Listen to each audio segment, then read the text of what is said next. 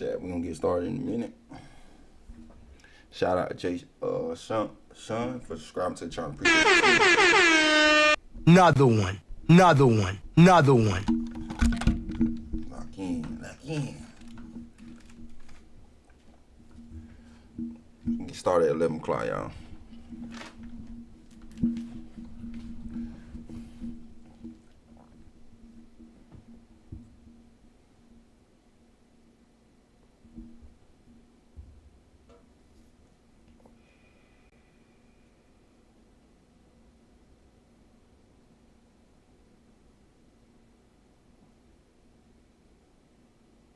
Man, 5 minutes, I asked this shit.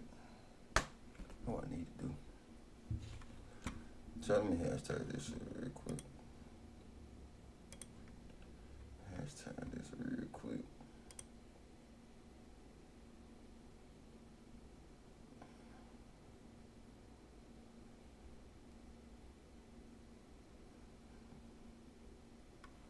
Oh shit, no. Let me do that.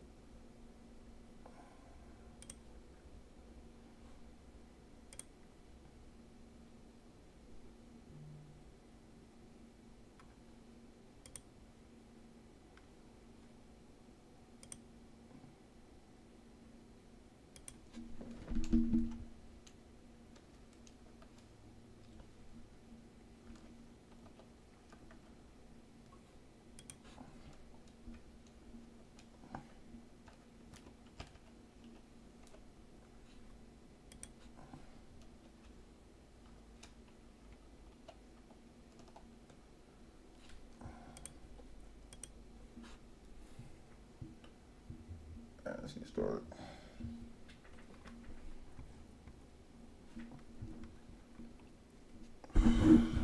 I would do that. Go back.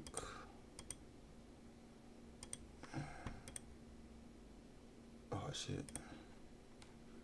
Damn, we gotta find it again. God damn it.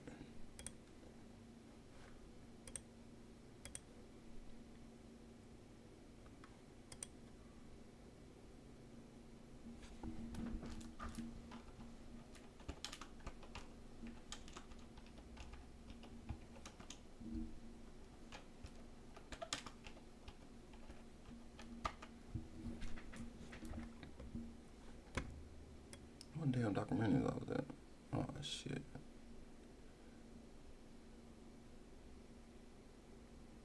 Ooh, it's like 4 minutes on this one. Yeah, we'll do this one then. We'll do this one then, chat. Alright, let's get started. Welcome in, y'all. Welcome in. First stream ever.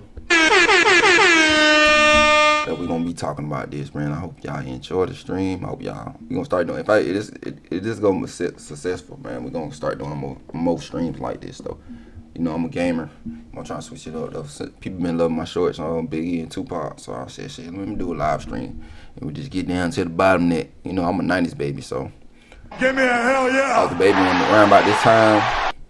Just a little kid at the time. And until I got older, I started to see who he was, and Biggie and Diddy and all that. And all this stuff is coming out now. We trying to uncover the truth, man. If y'all got some opinion, I want to hear y'all opinions on these for real. We're gonna start with this one first. We're gonna go do different documentaries and shit. See what people got to say. You know, see what true or what not true, twin. Throw. Then on October 12th, 1995, which is less than 3 weeks after. Do so, we have to go back a few years and take a look at the history and relationship between the key figures of the Build a website you love with Wix.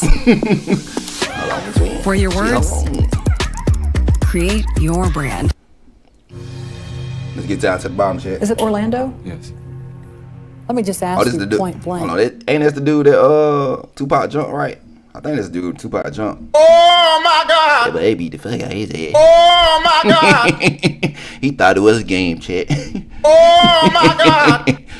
I was just bullshitting, and you know this. Did you kill man? Tupac Shakur? I'm not in kill Tupac. Man, he killed him. Everybody know. You know what I'm saying? I didn't do it. You said the shots came from the back. Big Dre, Orlando. Who shot Tupac? Who I'm shot not him? going to tell the story. I ain't going to tell the story, but I tell you this. It wasn't Anderson, so that's all I got to say about that part. I mean, I've been thinking, maybe I'm a scapegoat. I'm trying to think. If the FBI supposed to be the kings of solving everything, why they haven't really solved that, man? I don't think the old dude they got now, I don't think he did this shit, bro. Be honest. I think it was somebody else, to be honest. What y'all think, chat? Y'all think somebody else did that? I mean, I'm like a victim. Can y'all see? Let me make this bigger so y'all can see. I want y'all to see, though. Let me make this bigger. Let me make it a little bit bigger. I want y'all. Damn, that 2 damn be. Hold on, twin. It might feel. It was a prophecy. If I don't leave with what I came for and be denied. He said that. If I die tonight, he said that. Hold on. He got me confused. He said, "Who said that? You said that, or the?" Hold on. We gotta go back to it. Like, we just ain't gonna roll past that. Like, we did. Right now. We're gonna take that mail first. Hold on, damn. How did you feel? God damn it. Fatally wounded in a drive-by shooting in Las Yeah, Vegas. too fast, man. We might start up in the beginning, twin. We Is gonna it start up in the Orlando? beginning, chats. Let me just ask What you happened to point him, though? blank, Is he locked up or he did you dead? kill Tupac Shakur? I'm not in kill Tupac. I just want to Yes, let that's everybody how I know. You know what I'm saying? I didn't do it. You said the shots came from the back. So that's the Big dude Dre, who was killing Tupac. Orlando. Right? Who shot Tupac? I'm not going to tell the story. I ain't going to tell the story, but I tell you this. It wasn't Anderson, so that's all I got to say about that part. I mean, I've been thinking, maybe I'm a scapegoat or something. I mean, I'm like a victim. Well, they did jump you up. It was a prophecy. Let the world know I plan to die. If I don't leave with what I came for and be denied. He said that. If I die tonight, he said that. I've been shot and murdered. Can't tell you how it happened word for word. But best believe that niggas don't get what they deserve. We are here today to announce the arrest. Say it, Paul. They sure get what they deserve, baby, right now.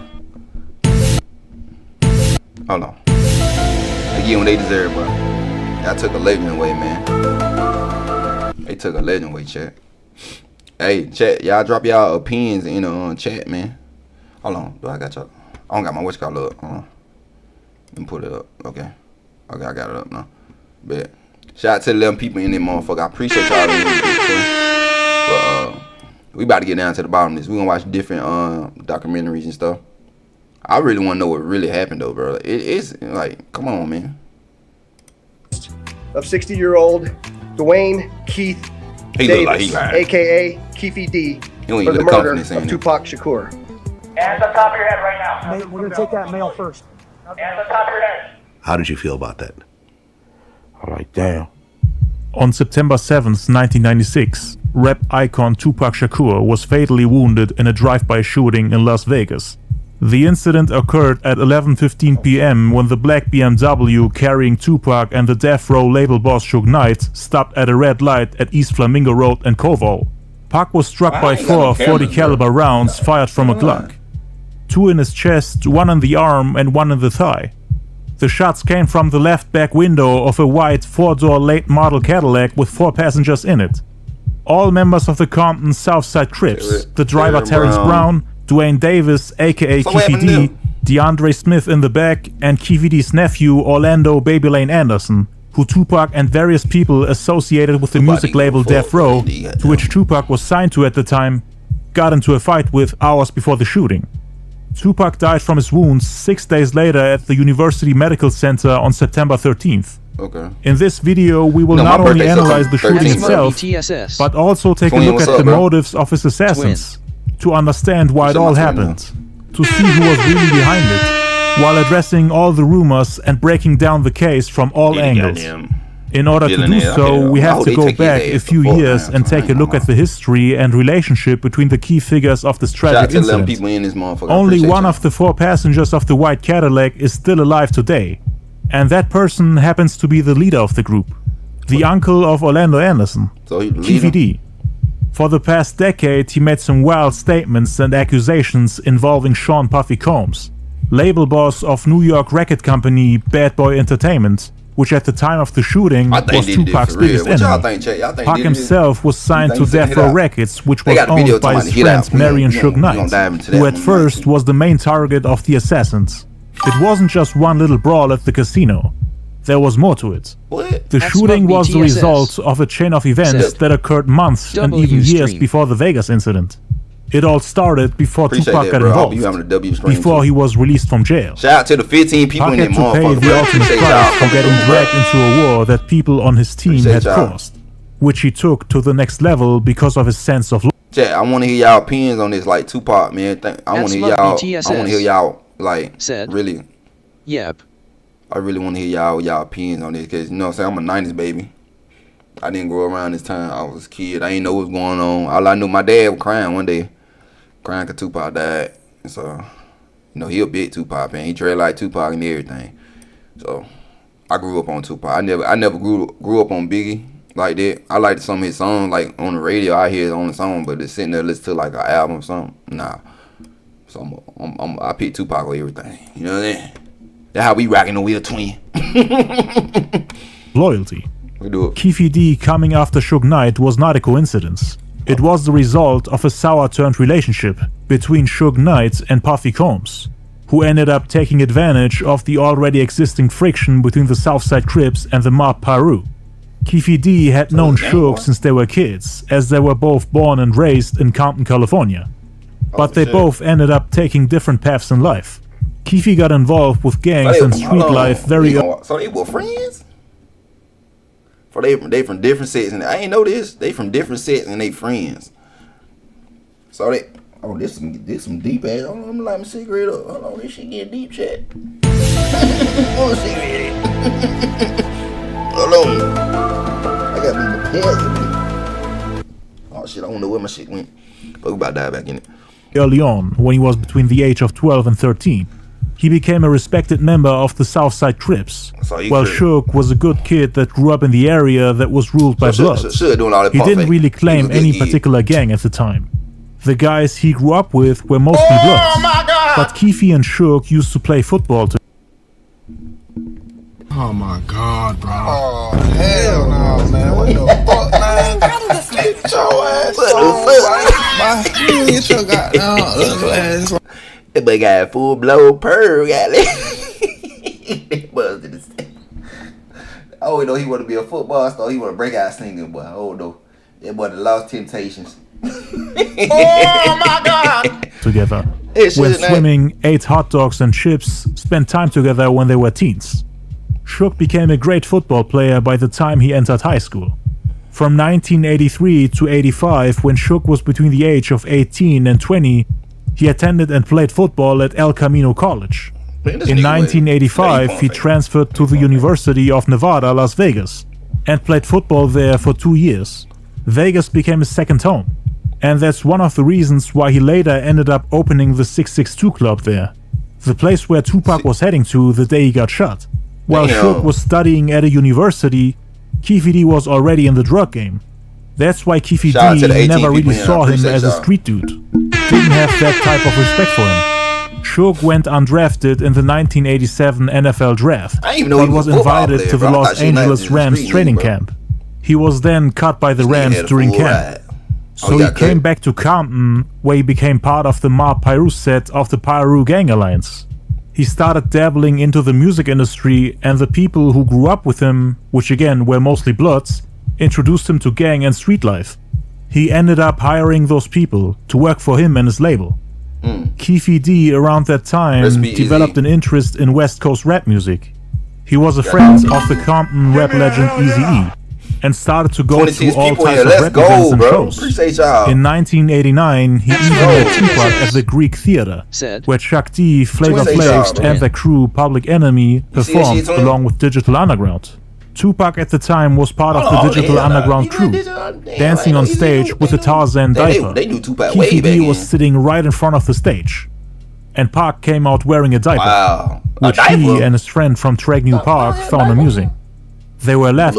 I would say it's like having another producer in the room that knows exactly what your song needs. Appreciate y'all, 28 people in this motherfucker. I appreciate y'all. Find samples that fit your track. It listens to your track and pulls at him Hey, bro, and found it odd for a grown man to wear a diaper. KVD's first impression of him was positive. Said he seemed like a cool and sympathetic guy. Months later, he heard about his childhood friend Suge wanting to create his own record company. According to KVD, him, his crew, and a kingpin called Pat Johnson helped Suge to fund the label Death Row Records in 1990, all through cocaine sales while Pat Johnson was locked up. The feds had taken him down, and with him around 41 people from his crew, confiscating 26 cars, 13 Harley-Davidson motorbikes, 4 businesses, 20-something houses, and $9 million in cash. KVD got told by his boss Pat Johnson to move the 300 kilos of cocaine that he still had and that the feds didn't get. He wanted to invest that money to start the record company Death Row Records. He was Suge's boss as well, according to KVD, and they all helped him with that label. Suge allegedly called him as he was trying to get in touch with Eazy-E. So it's Suge's fault. That's what we getting at. It's Suge's fault. At Smuv BTSS. It's Suge's fault. Said, "Nah, we here now, twin LOL." Yeah, we in that motherfucker, twin. But so Chad is Suge's fault. So they helped him invest into Death Row. And Buddy probably got mad. Cause I bet he got mad cause Suge Knight probably just didn't want to cut him in. So he said, "Shit, I'm gonna take your artist out." I want to see how did he get in this though. Well, we know how did, but we gonna see. Who, along with MC Ren, was from the neighboring Compton Crip set Kelly Park. Eazy-E used to sell dope with KVD's brother Kevin Davis, who was also there that night in Vegas when Tupac got shot. They would go out on tour with NWA. They used to cook dope at his mama's house. Suge and KVD both knew Eazy-E because of the dope game, and Suge tried to influence E to be on Death Row. But E was like, "Nah, I'm sticking with Ruthless," meaning his record company, Ruthless Records. The day he got rejected, Suge called KVD for help to get Dr. Dre's number. KVD didn't know Dr. Dre personally, but he made a few calls and got the number for him. Next thing you know, Dr. Dre is convinced of coming to Death Row. Suge got close with Dre and the DOC, who were still signed to the label Ruthless Records, back when the group NWA was the biggest thing in hip-hop. The label and the group was run by Eazy-E. Dre and the DOC felt like they were underpaid and wanted to leave the label, but they couldn't, so they got help from Suge. Suge and his lawyer convinced them that their manager Jerry Heller and Eazy-E were dishonest. He approached Dre about forming their own label, away from Heller and Eazy-E. Suge was the one with the money and the power. That's how years later, in 1996, he could make Dre leave his own label, even though they were quote-unquote partners. In 1992, Eazy-E was trapped by Dr. Dre into meeting him at a hotel. He thought they were still cool at the time, so when... Oh, hell nah, twin. Oh my god, bro. Oh, hell no, man. What the fuck, man? Get your ass on, boy. Hell nah, bro. I never gotta make a video on this shit, bro. But you said Eazy up, bro. That what he just said, right? Check. He said him up to a hotel, bro. Hold on, I'm gonna screenshot this real quick. Y'all came here showing love today, bro. My brother came here. We got 52 people in here. Oh my god, bro. Appreciate y'all, bro. 52 people. God damn. Appreciate y'all, but 52 in this motherfucker. But yeah, we don't support Dr. Dre no more, man.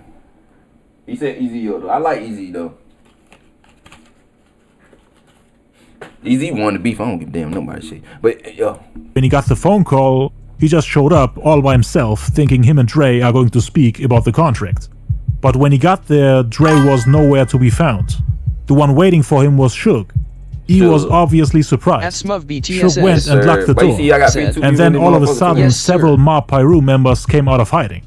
From under the bed, the closet, and the bathroom. And they all had guns on them. Suge tried to bully and intimidate him, forcing E to sign the paperwork to release Dr. Dre, the DOC, and Michelle A from their contracts.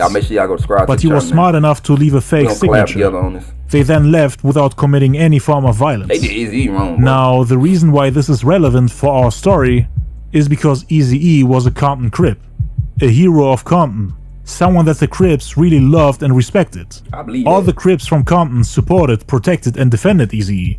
Even the Southsiders, meaning people like Orlando Anderson and Keefe D. And with Shook being Eazy-E's mortal enemy, he became an enemy for the Compton Crips as well. They always held a grudge against him. Imagine being able to build anything just by thinking about it. Meet Base 44, a complete AI creation platform made for anyone with an idea. So, this shit deep, Chad. I ain't gonna lie, this shit deep, bro. This guy do some real game banging shit, bro. This shit been building up. Like he said in the beginning of the video, it been building up. And they did that shit easy, so all the Crips got them felt some type of way, bro. So they had to get some get back. So Pop, I think Pop was innocent in that shit, bro. Pop didn't really have nothing to do to that. He just with Death Row at that time. But since y'all with Death Row, y'all ride with Suge, shit. You know what I'm saying? Y'all know how they shit go. In the beginning, Keefe. Hold on, I'm gonna let y'all. I don't want to miss nothing. Let me turn my goddamn fan on, twin. This shit getting deep, twin. I don't got my cigarette. I don't know, I'm turning the fan on. This shit don't got deep, twin. Oh my god. This shit don't got deep, bro. God damn. Well, the 90s was crazy, bro. They had all this going on in the 90s, bro. They were real in the 90s, bro. Oh, how do y'all live in the 90s, bro? I know it had to be crucial in LA. East Coast, West Coast, but I wouldn't even go out there. Hell nah. Got me fucked up. D didn't even know that Shook had become a member of the Pyrus. He said back then the Crips were so dangerous that Bloods couldn't even wear red around them, because they were their sworn rivals. Colors mattered more to them than quote-unquote the Union Blue and the Confederate Gray. If we saw somebody wearing reds, we would make a U-turn and get them. Keefe D said they would have approached Shook way sooner if something had happened to Eazy-E that day. The Southside Crips would have never allowed Shook to do him any kind of harm. Keefe D's nephew, Orlando Anderson, who was the guy that Pac and several other Ma Pyru members beat up in Las Vegas in 1996, was BG Knockout's best friend, who on the other hand was Eazy-E's right-hand man, a nutty block Compton Crip. And he of course came back and told them about it. From that point on, the Compton Crips held a grudge against Shook and hated him, even before he got close with Tupac. Eazy-E himself wanted to kill Shook. He went and told Jerry Heller that he's going to shoot him, as he would become a huge problem in the future. But Jerry Heller convinced him not to do it. He himself got a... Oh my God!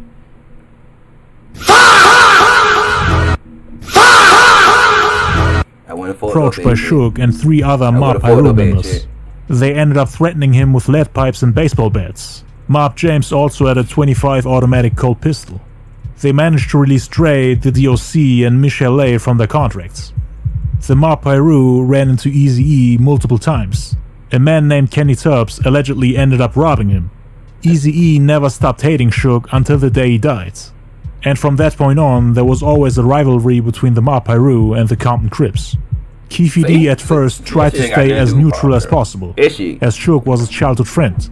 He tried to not get involved with the Eazy-E beef, as long as he doesn't get harmed. Shook's friendship with Keefe D was hard to describe.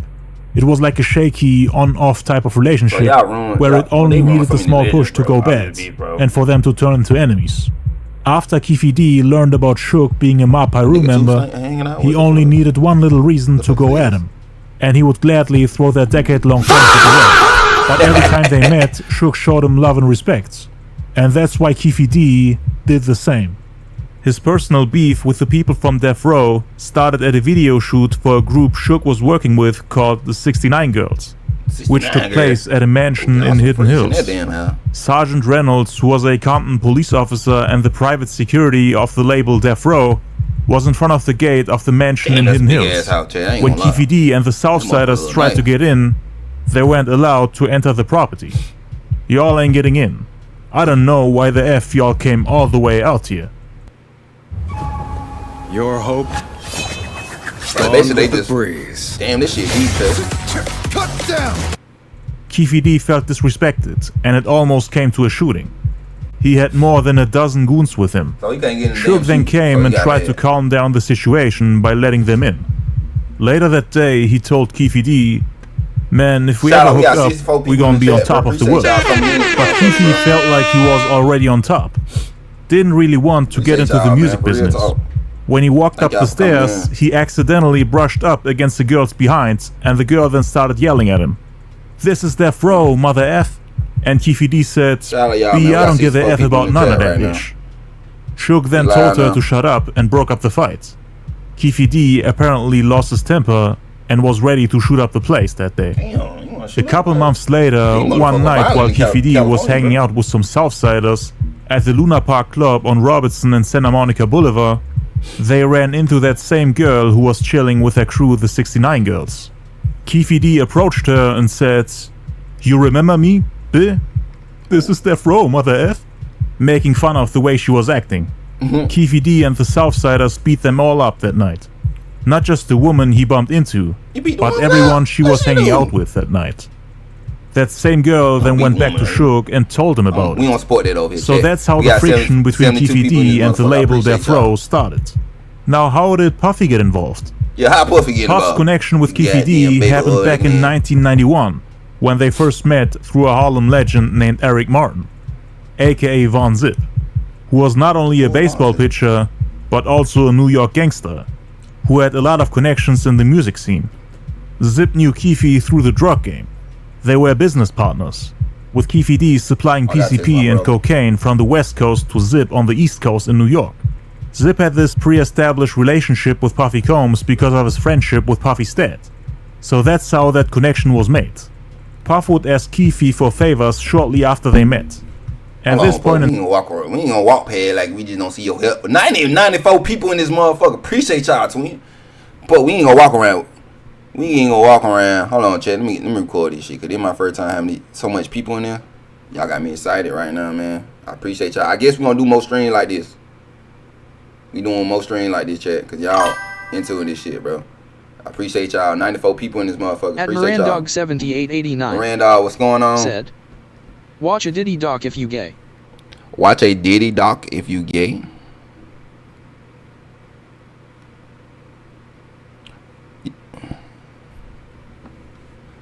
Okay. But what the fuck going on his head though?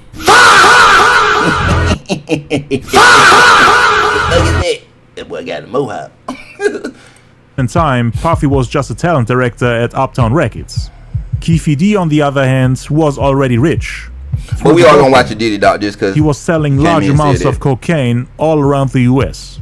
Puff got in touch with him in 1994 to rent one of Keefe D's 6'4" lowriders for one of Usher's first music videos called Can You Get With It. He had charged him $2,400 for a single day. Usher was dancing on the hood of the car and ruined the paint. So he charged an additional $4,400 to repaint the whole car. After that, they ran into each other multiple times and stayed in touch. Weren't really friends or anything, but still did business together. So what y'all think? Y'all think their acquaintance Zip wasn't really involved too much in the beginning, as Puffy didn't really ask for much in the first few years they had known each other. Keefe saw Tupac again at a house party at the Valet, with a whole bunch of young celebrities like Will Smith, Jada Pinkett, Queen Latifah, MC Lyte, etc. Puffy and Tupac showed up at the party together, back when they were still cool with each other. This was in 1994. According to Keefe D, Pac and Puff were really close, almost like a couple. Puffy and Suge. Like a couple. I don't need all these motherfuckers sweet. I don't get damn. Fuck y'all got going on. Hollywood like that for real? I'll never go to LA. Never in my life. I don't even get damn I make it twin. Oh hell, I ain't going to LA. Y'all motherfuckers strange over there. Y'all do strange for a little bit of change, you know what I'm saying? Suge had a great relationship back then as well, with Suge helping him out wherever he could, as he was way more successful than him, at least in the beginning, with Death Row having multiple multi-platinum artists on the label with tons of hits and a large impact on the culture. Bad Boy was just getting started. Whenever Puff came out to California, Suge looked out for him and gave him protection for free, as he couldn't afford security at the time. He couldn't afford security? What if you can create your own website by saying, with Wix, you can't. I put me in money. Let's talk about AI code. But then on September 13th, 1994, Biggie released his debut album Ready to Die on Bad Boy Records. And it went to sell millions, y'all listen to that album, bro? Dropping one hit after another. Multiple remixes, shows overseas, music videos, TV appearances. He was everywhere. Biggie made bad. It way more gay men in Atlanta than anywhere. At Rena Terrace 3345 said, they got Tupac fucked up. Yeah, they got Tupac all the way fucked up. And you say it's more gay men in Atlanta. Why everybody say when it come to gay men and all that? Why y'all always say Atlanta, bro? Like, what y'all got against gay people, bro? That shit's everywhere, bro. That shit been back since slavery, bro. It ain't gonna make no fucking difference, bro. That shit been back since slavery, bro. I don't got nothing against gay people though. But y'all gotta stop putting that like the word gay people mean Atlanta. Like, bro, gay people everywhere, bro. They their own little culture, man. You gotta love everybody, man. At the end of the day, you gotta love everybody, man. It's just these motherfuckers right here. Y'all celebrity, y'all claiming y'all straight, and y'all doing who know what in the dark. Then y'all doing that shit to little kids. Y'all don't support shit like that, bro. Said, "God, California, fuck up. We don't do that gay shit." Y'all don't do that? Shit. I'm not talking about like the hood, like California hood. I'm talking about like Hollywood type shit. Like Hollywood. I know Hollywood do that shit for sure. Like that shit is crazy, bro. Like I don't know why people are fascinated with this shit. Like Bad Boy on the East Coast, a direct competitor of Death Row Records on the West. That's why y'all don't need to SAG. You know what SAG? You know what SAG mean? Backwards. What's SAG spelled backwards? Sagging. What's that spelled backwards? Chat. Give me that for I'm gonna start a video. What's sagging? Spelled backwards. Impact and overall respect in the game. Now it was Puff's turn to shine. Suge already had his turn with Dre The Chronic in 1992, Snoop Doggy Style in 1993, I never listened to none of these and now in songs. 94 it was Biggie who was on top. And Suge loved Biggie. He wanted Big to perform at a location that he was promoting. But Puffy wanted Suge to pay money for it, even though Suge had looked out for him for years. Done everything for him for free. Puffy Goddamn booty bandits. Them motherfuckers out there, boy. Them motherfuckers be in alleyways, goddamn. Said, we ain't sag. We ain't sag. I don't sag, boy. I know this shit mean, but I don't sag, boy. I did when I was young, though. When I was young, boy, I thought it was part of hip-hop, because I like everybody in hip-hop was doing this shit, so I ain't know the meaning behind it. Because when you're young, you don't really think about this shit till you get older. You just see, now you find out what the meaning. You get wiser. Shout out, we got 100 people in this motherfucker. I appreciate y'all, twin. 4300 said, gas is sag backwards. Yeah. I'm talking about like sagging. Hold on, you got me, but you about to fuck me up with that shit. Hold on, twin. Make sure I ain't fucking up. Okay. Sagging backwards is spelled niggas. That's how they used to break the slaves back in the day, chat. The white master used to break the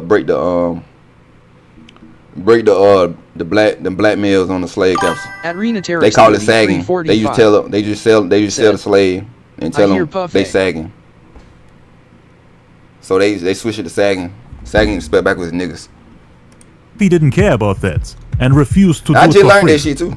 In 1995, the Source magazine had crowned Biggie the King of New York, and the West Coast didn't really have a guy on his level at the time, in terms of rapping skills, sales, status, and impact. I don't like Biggie. He stole that boy flow though. So Suge felt like Puff did him dirty, felt like he owed him something, he was upset and mad about it.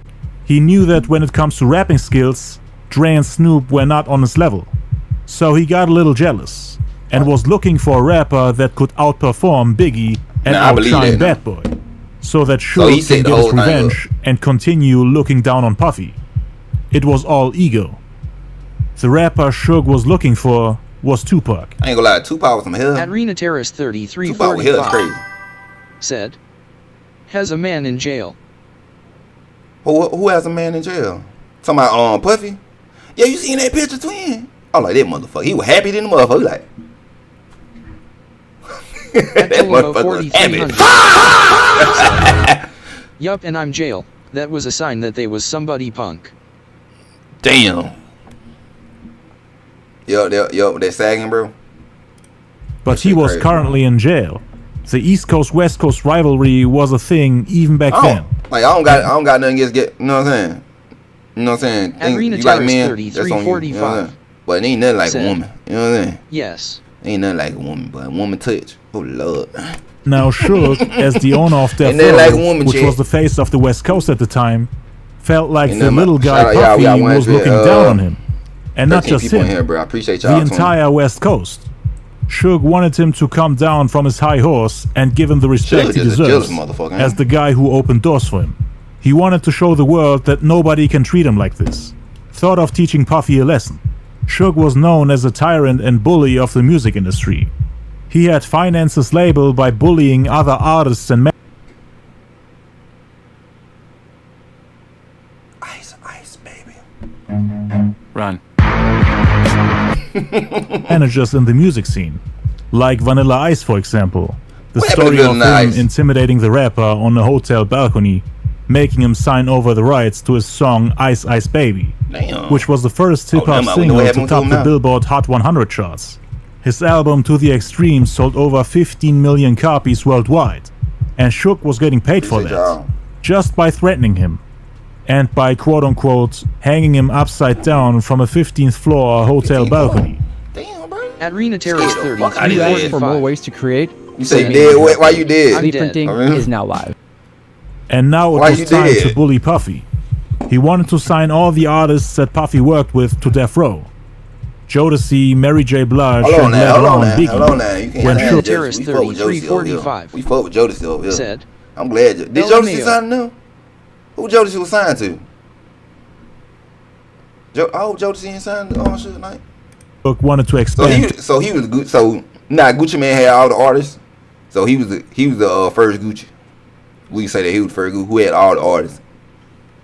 Then Gucci came second. Death Row by forming Death Row East. Said, Puffy got turned of by Clive Davis, and he been turning dudes out ever since a damn shame. So Clive Davis the one turning him out? Who is Clive Davis? Hold on, we gotta look that up. We ain't gonna walk past that, cause I don't even know who that is, twin. Hold on, Chad, we gonna look this shit. What his name, Clive Davis? What he look like? Hold on, let me see what he look like. At Lucas Polly. Hold on, I gotta see, Chad. Said, Clive. Anyone else feel like the documentary made Puff look like an ambitious go-getter? I did. And I ain't even see talking about the 50 Cent documentary. I ain't seen it yet. I seen everybody talking about it. Damn, he got turned out by the old man? Oh, hell. Oh my God, bro. Oh, hell no, man. What the fuck, man? Get your ass on, man. Get your goddamn ugly ass on. Hey, motherfucker. That boy got that no. That boy did ugly, but he look like he got them do something in the dark. Look, hey, motherfucker. You can't trust nobody with a mold on their face. Y'all never trust a motherfucker with their mold. You see that mold on their face? They should give you red sign right then. You can't trust nobody with a mold on their face. You know what I'm saying? Hold on, I'll get back to the documentary. Which was supposed to replace Bad Boy as the face of East Coast hip-hop. The plan was to sign all the talented R&B and rap artists on the East Coast, so that Puffy had no future superstar to work with. That's why on the 95 Source Awards, which took place on August 3rd, Suge went on stage and dissed Puffy by inviting artists from all around the world to join his label, while saying that they don't have to tolerate a guy like Puffy dancing in their videos and ad-libbing every single one of their songs. Any artists out there want to be an artist and want to stay a star, and don't want to have to worry about the executive producer trying to be all in the He like he was nervous when he said that. He like he was scared to say that. Dancing. Come to Death Row. Puffy was sitting in the audience when Suge was making those comments about him. This was really the first time he made his beef with Puffy public, by ridiculing him on stage and taking the legendary Bad Boy and Death Row rivalry to the next level. He even shouted out Tupac, who they planned to get out of jail to destroy Puffy, Biggie, and their entire label. I couldn't believe what he. So basically, Tupac was a goddamn pawn, really. To be honest, Tupac was a pawn. I'm just mad my boy didn't see that shit, bro. Said. Till late. Puff just get a little freaky. I mean, think about it. He was hitting J-Lo in her prime. He had already reached the pinnacle. Might as well branch out at that point, lol. At Jolamo 4300. J-Lo would be enough for me. Said. J-Lo would be enough for me. Suge was really talking about Jermaine Dupri. He was talking about Jermaine Dupri? Yeah, both of them do be dancing in the damn video and shit. You talking about when he said all in the video? Well, Puff was all in the video too. Both of them goddamn Harlem shit. At Javen08Z. Said. He wasn't scared, MF was rushing to get that out. Oh, he looked like he was scared though, the way he was saying. Said, I thought we was boys. Puffy said in an interview. He later came on stage and responded to those comments. I'm the executive producer that a comment was made about a little bit earlier. But check this out. Contrary to what other people may feel, I would like to say that I'm very proud of Dr. Dre, of Death Row, and Suge Knight for their accomplishments. And all this East and West that needs to stop. Nonetheless, Suge's words spread like flu germs, reigniting ancient East-West hostilities. Puffy realized that it was too dangerous for him to come to LA. Not doing shows and promoting his music on the West Coast would slow down his money, and money was all he had in mind. So avoiding the West was not an option for him. He saw how Suge always had about 50 to 100 gang members with him everywhere he went, ready to go to war for him on his command, because the brat was at least on the West Coast. He said it in jail. Ooh, you just gave me a new idea. We got, is that documented? So. At Lucas Pauly. Said. I just feel like if you had that kind of money, you'd be buying gourmet baby oil, not regular old Johnson & Johnson's.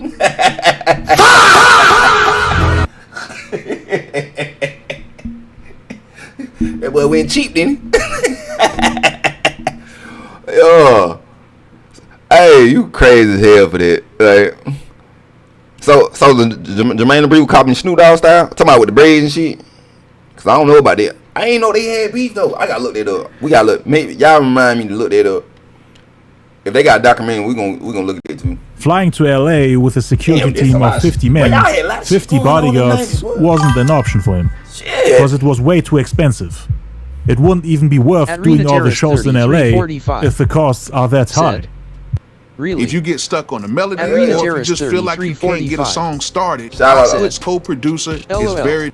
One full-time bodyguard can cost around the... Said.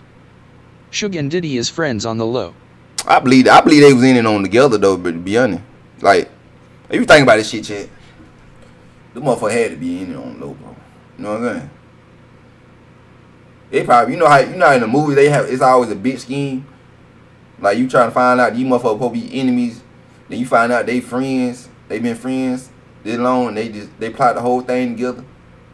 It just that he got caught up and go to jail though. You know what I'm saying? Well, both of them in jail now. Suge was first one.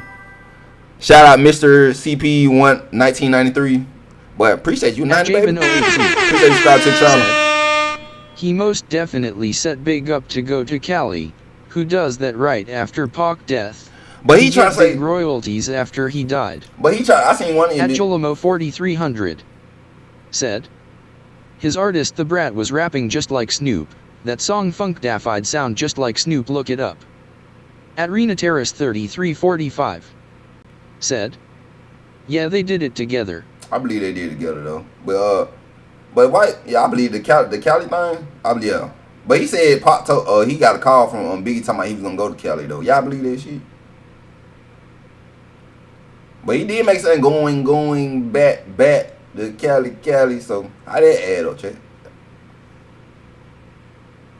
Like, why would you make it? You know. Why would you go back to Cali? Y'all did, and Pac died too. I don't know, bro. We gotta find. I want to find out the bottom to this shit. We gotta solve this like some unsolved mystery. $1,000 to $2,000 a day. Then you have to buy the plane tickets, transportation, hotel rooms, together for real, and that's for over 50 people. Because you can't just show up with 5 to 10 bodyguards when the other side has 50 to 100 goons with him. So he was forced to do what Shoot was doing like, the whole time. My bad, y'all. But my saying is, like, if they got the dude who posted to kill Tupac, right? Why they ain't charge Diddy with the shit? If he say if the killer say Diddy paid him, why ain't charge Diddy with the shit yet? Or they just building evidence? Or y'all think they building evidence?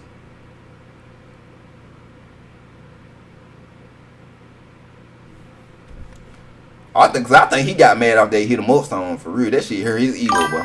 That's why I think he did this shit. They hit him up song. Said he made the Cali song because Diddy had the Krills on payroll. Damn. Get close with one of the biggest gangs in LA to get their support. That was the cheapest and most efficient option for him. He obviously couldn't get the support from the Pyru, cause that was Shook's gang. So he tried to get close with the Crips, who at the time outnumbered the Bloods. They were around 3 to 4 times. Another one. Say it again, big dog. Hell yeah.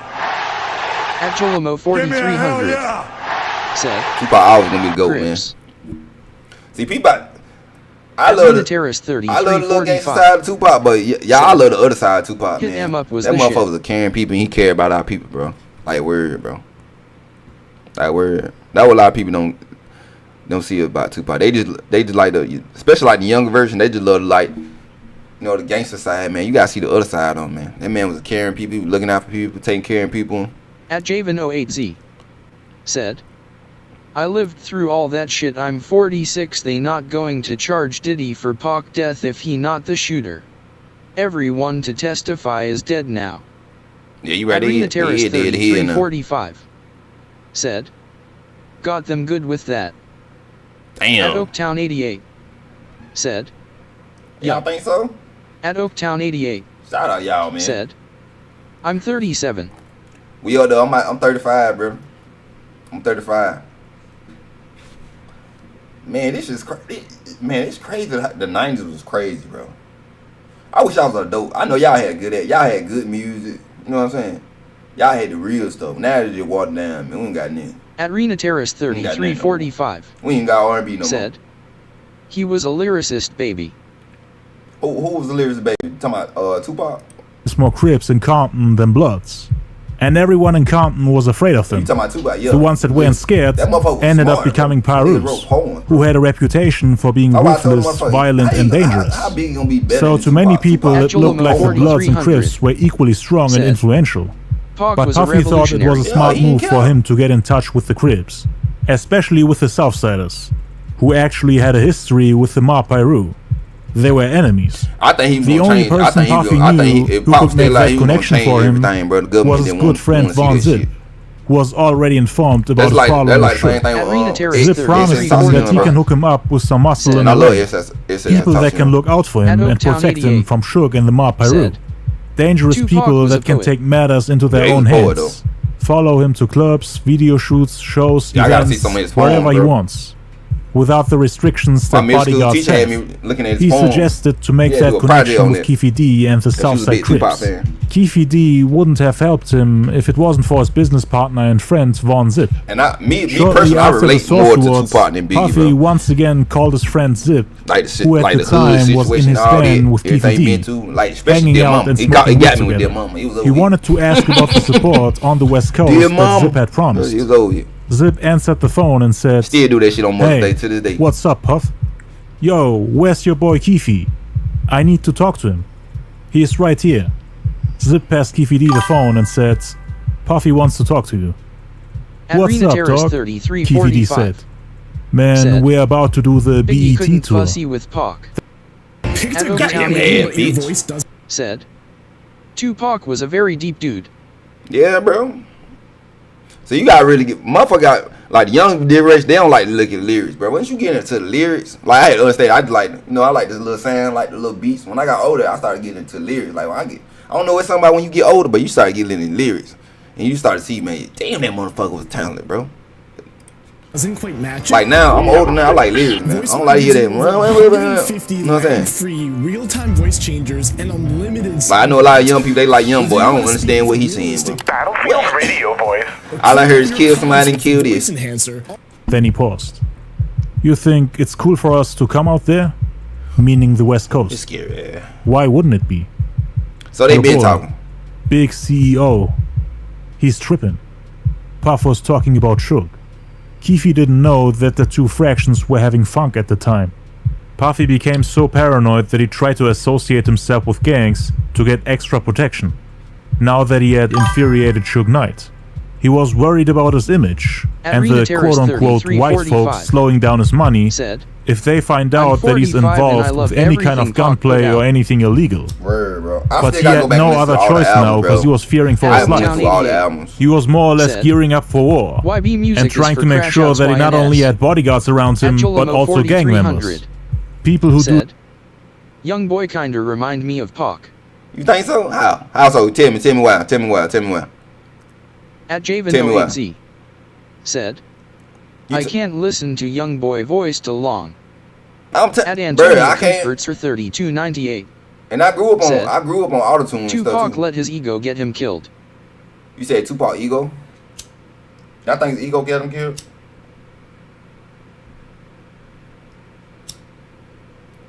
Probably so. At Javen08Z when you just like said, Young Boy can't like, touch Pac. I think he's mindset Arena like, bro, he's not gonna back down, 3345. You know how some of these big people, they be backing down stuff. They don't be their real self. Just cause somebody like bigger, you a bit got more money or power than Arena you. Terrace 3345 said, no he don't. Do the dirty work for him if necessary. By getting close with the Southsiders, he could also create a rift between the Bloods and the Crit. At Jolamo 4300 said, just because everybody hate him and he don't give a fuck. At Rena Terrace 3345 said, no. Like, I don't got nothing against YB or nothing. At Oaktown 88 just, you know, said, I'm older now, you know what I'm saying? Tupac didn't have an ego.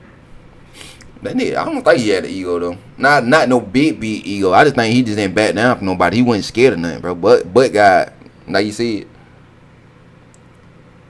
What you say this song? Fear no man but God. That's what it says. He gonna say what he gonna say. Because he knew that a lot of the Crips in Compton hated Suge for what he did to Eazy-E. Not lyrics wise. He had passed on March 26th that year. Everybody knew that Suge was his mortal enemy. Numerous people, including Jerry Heller, have said that Eazy-E wanted to kill him, surprise him with fully automatic weapons, and appreciate you saying that, bro. Have y'all seen him with a bodyguard? I never seen him. At Oaktown 88. I never seen him with bodyguards before. I seen him around a whole bunch of homies. I never seen him like shoot him in the middle of the night when he's sleeping. But Jerry Heller talked him out of it, as it wasn't worth throwing away millions to get rid of some quote-unquote bouncer. They did Eazy wrong, bro. Years later, Jerry Heller revealed that he regrets his decision. I should have let him kill him. I would have done the world a favor. He would have done it, for sure. Hold on, let me ask y'all the question about By himself. So you know in the movie they say he got Suge Knight injecting with HIV. Y'all believe that shit? Or he caught that from them women? What y'all think? The NWA movie. Oh, you believe he got set up? What y'all think, man, on that part? Puffy went and got support from people who were just itching to do something about Suge and his people. The animosity and hate the Compton Crips had for sure didn't stop when said, yes, cause with all the things he had going on he died over a chain, another nigga chain. You seen the way he walked in the casino. Wanted to show his friends he was about that life. At Rena Terrace 3345. So you think he messed with the wrong dude? Yeah. But why the little Crip dude, why they was in the casino? And they probably looking for Suge though. Y'all don't think that like that would be crazy though. At Oaktown 88. Why did they go up there? I think the doctors gave Eazy AIDS.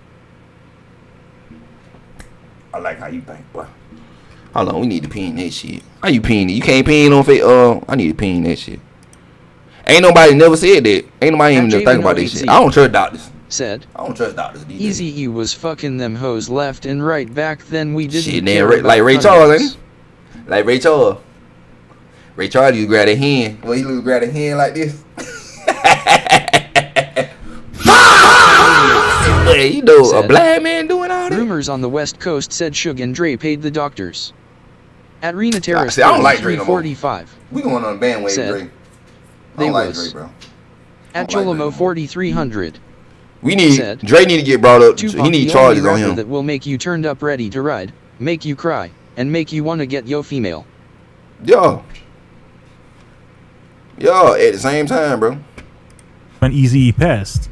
Real. Crips like Gangsta like Gangsta and Biggie Knockout, who again were best friends with Orlando Anderson, the nephew of Keefe D, continued to verbally and physically attack several members of the Death Row family.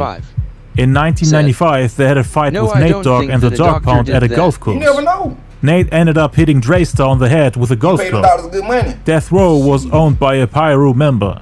Most of the people working for them were Bloods, ain't never seen that money before. but they also had tons of artists that were Crips, like Nate and Snoop Dogg, Daz Dillinger, Corrupt, and others. At Oaktown, the Southsiders had a problem with them too.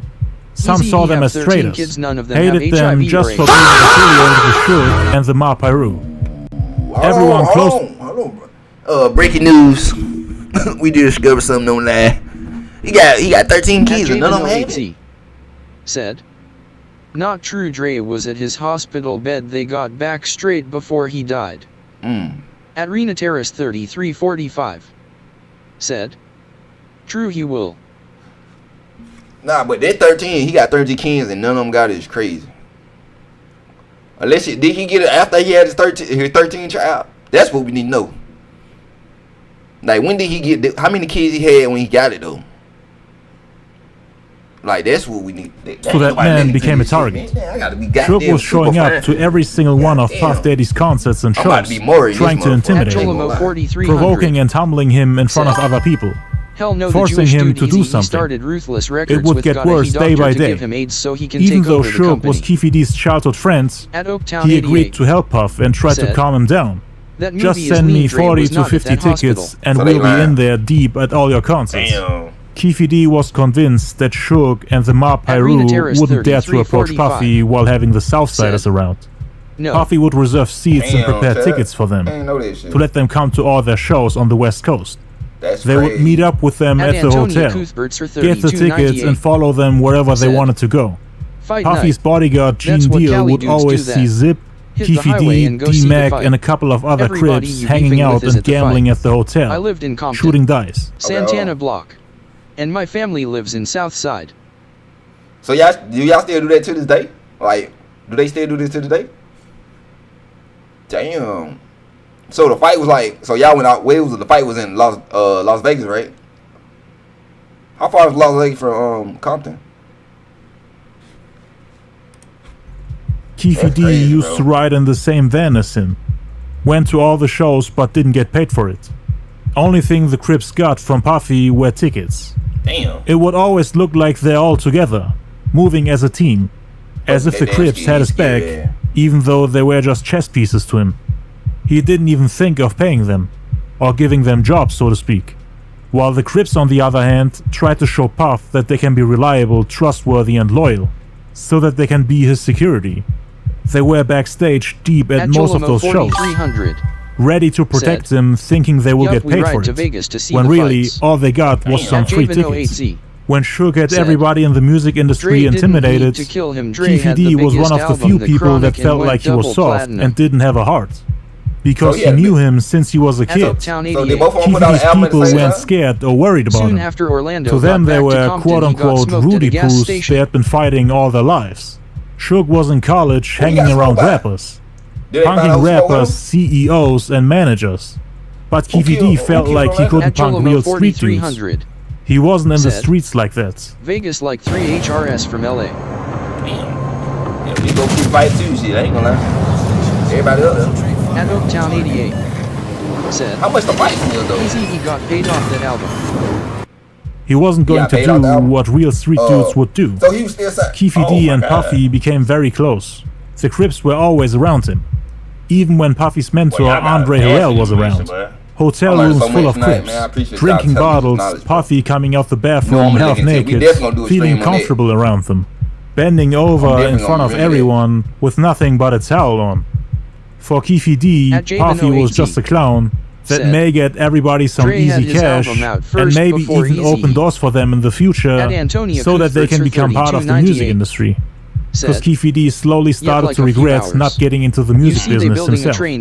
Puffy was so scared that he hired ex-Navy SEALs wearing earpieces like they worked for the CIA in the hotel room right next to his suite. Keefy D and the Crips were laughing at him because they felt like they could have easily killed him as a security guy who was quote-unquote playing by the books, while street cats don't. Puffy didn't want the gang members to hurt his public image and brand. Wanted them to operate in the background while still looking professional. Give me a hell yeah! Thank you, man. You made my day, bro. I appreciate that, man. I appreciate everybody here right now, man. I see y'all been loving my short, so I said I had to come show love. Get this discussion going on, man. Y'all let me know what more y'all want to see, man. Like, what more y'all want to see, man. Let me know what's going on, and I do my best to post it. You know what I'm saying? Professional to everyone else. Next time Puffy and Shook saw each other was 10 days after the Source Awards on August 13th, 1995. Y'all seen that show? Zip had invited Keefy D to the Beat Summer Jam show at Irving Meadows and took him through the VIP entrance where all the talent entered. Tretch from Naughty by Nature, Jodeci, Mary J. Blige, Junior Mafia, Biggie, Puffy, Faith Evans, Craig Mack, etc. Keefy D had his crew with him. They were about 20 to 30 deep, all up on the stage wearing Dallas Cowboys. I'm sorry, I keep stopping, Chad. Dre was in the world-class crew with lipstick on. He was in what? World-class crew with... You talking about when he had the perm, he was dancing? Arena Terrace 3345 said, "It's the name brand baby oil for me." Wait, he couldn't get no regular lotion. He need what goddamn oil you do? We need to have an interview with his ass. Like, what's up with you and this baby oil, boy? You ain't break out, man, like that. Everybody's in the party with baby oil. Motherfucking nasty, boy. Something wrong with that motherfucker. I don't know what's the dude name y'all gave me, what his name was? Davis. I don't know what he did. He must did some freaky stuff. Handcuffs and all them whips. Arena Terrace 3345 said, he turned that boy out LOL, bad. I'm dead. At Oaktown 88. Y'all think he did that to his kids too? Go look at his first group world-class crew. Who I need to look at? Dr. Dre? At Jolimo 4300. I'll go look right now. Who? Said, world-class wrecking crew was Dre's first group that was all dressed like girls. I know you motherfucking lying. At Javen080. I know you motherfucker. Said, hold on, no man back in them day a Jerry curl was gangster, Dre wasn't gay. I did post that short. Easy talking about they was dancing and shit. I did post that. He said world class wrecking. At Oaktown 88. Said, yup, Dre. At Arena Terrace 3345. Said, hold on. Nah. At Antonia Cuthbertser 3298. Said, what the fuck? Don't knock Dre. It was entertainment. Had to what he had to get his foot in the door. The fuck? This them right here? I think I'm on the wrong one. I'm with Dr. Dre. At Oaktown 88. Said, Dre was gay beating up ladies. I wanna know how his wife felt like that, bro. You goddamn dude gay. You goddamn fucking all these women. The fuck she with them? At Javen080. What one Dr. Dre? Said, talking about him right there. It's the 80s, remember that. Yeah, you can tell he's the first suspect right here. At Oaktown 88. First suspect. That boy suspect. Yup. Hold on. I gotta get a bigger picture. At Arena Terrace 3345. Damn, they all small, said, Chat. Fuck that shit. Damn, they all small. Okay, this is the only good picture I get. What the fuck is that? What got herpes around that? The herpes? Fuck is that? So they had makeup for real. Oh my fucking god. At Javen080. Said, Ike Turner beat up Tina but he wasn't gay. Yeah. At Oaktown 88. Said. Shit, Pop said he was gay too. LMAO face with tears of joy, face with tears of joy, face with tears of joy, face with tears of joy. I never listened to one of they songs. And Antonia Cuthberts, her 3298. Like, what is that, herpes? Said. Easy used to beat his baby mama. Oh, you talking about Easy used to beat his baby mama? Or you talking about he used to beat Dre baby mama? Said. Dre had a lover at death row named Bruce, something like that. At Javen08Z. Said. That's not Dre. At Rena Terrace 30. Nah, I know that one ain't Dre. I know that one ain't Dre. Boy sucking lips. Drinking bottles and smoking weed. TVD spotted Suge Knight standing over to one side of the stage. Like women in the search, Dre hid a He lot was of the quote-unquote looking jealous. Biggie had just dropped his hit single One More Chance, which topped the Hot R&B Hip-Hop Songs chart and peaked at number 2 on Billboard Hot 100. At the same time, it was the highest debuting single in the history of the Hot 100, along with Michael Jackson and Janet Jackson's song Scream, when it entered the chart at number 5. So Big was clearly on top of the game at that time. Why Tupac and Michael Jackson was back on top? When Keefe D saw Suge out the corner of his eye, Suge gestured for him to come over to speak with him. Keefe D, let me holler at you. What's up, dog? Man, how you know them? Homie, the same way I know you. I got a lot of research to do tonight. The dope game. That's how I know him. Y'all told me a lot of stuff. That's when Suge understood what Puffy was trying to do. Appreciate y'all liking getting a rival gang as his backup to get him under control, and to potentially start a gang war between the Southsiders and the Ma Piru. But as mentioned earlier, Suge and Keefe D were childhood friends. They both tried to not get in each other's way. That being said, Suge wasn't done with Puffy yet. He still tried to bully him on every show, whether it's on the East Coast, West Coast, or in the South. Said. Build a Dre still website have you fans, love I see, thanks to with Eminem. Wix. Yeah. For your words, we gotta get on Snoop Dogg too, boy. your brand. Snoop Dogg now. Your opportunity. Snoop Dogg, he's starting to look your two-faced to breakthrough. me, man. I don't know. One video I see him. Feeling the vibe? Tupac, Run with it. He got from Can't Look Away to Gotta Have It. The next big incident occurred on September 23rd, 1995, when Ma Piru member Big Jake from Campanella Park was gunned down after attending the Platinum City Club, which is a nightclub based in Atlanta. It was actually Jermaine Dupri's birthday party. But they say Tupac hit one of his girls and stuff. He got mad. Jake was there as a bodyguard for Suge. Let me know that truth. The two were homies. And Suge was of course there to intimidate and bully people, especially Puffy. As mentioned earlier, he was always showing up to parties and clubs. Another one.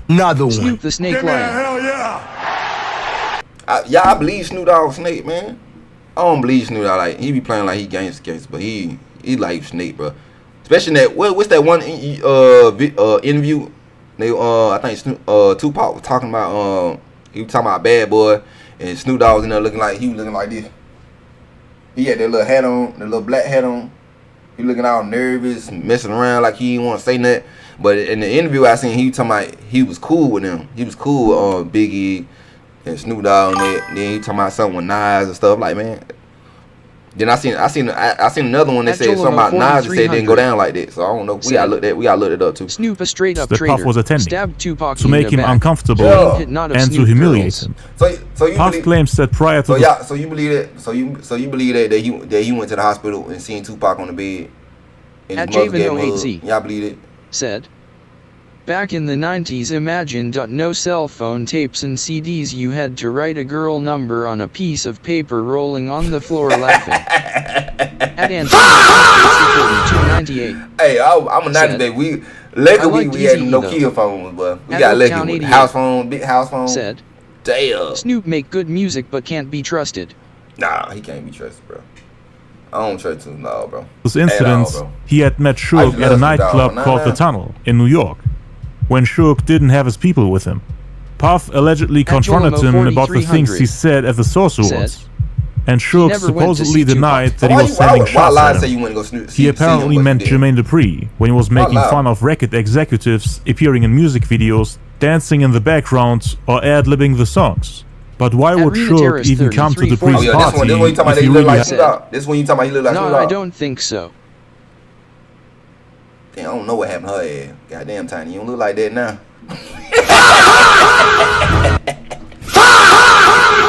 She look like that now. I don't know what happened, baby. They look kind of cute right now. Lord, Tiny, look what Tiny does to you. They say black don't crack, but that motherfucker did crack her ass.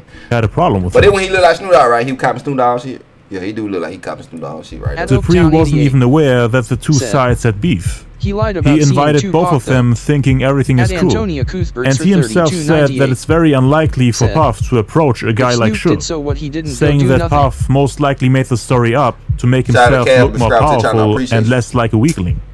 Puff's side, on the other hand, claimed that Dupree actually got slapped at his own birthday party by Suge himself. And then you have other people saying that he tried to do the same to Puffy, who had his whole crew with him. Suge only had Big Jake on his side, but still had the courage to try to extort and humiliate him in front of everybody. They got into an argument and Puffy allegedly got slapped. Not only that, but Suge also performed a full net. We got to have a good discussion. And went 3x platinum. But did y'all see that? Arena Terrace 3345 said, "She fucked up and around." Damn, for real. Yeah, she fucked up and around. But y'all seen that video when Tupac was talking about? Y'all can find it on Shorts or YouTube. When you talking about Death Row, Tupac talking about Death Row, we make money. He talking about I got 6 million right here. He said I made 6 million. Arena Terrace 3345. Snoop Dogg made 4 million, something like, and Dogg Pound made I think 3. I seen the jealousy in his eye when he was saying that shit. Boy, I seen that shit.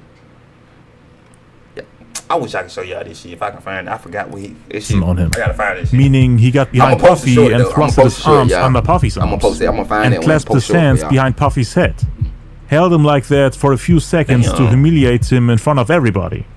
After the party was over, everyone left in peace, thinking Suge was just fooling around.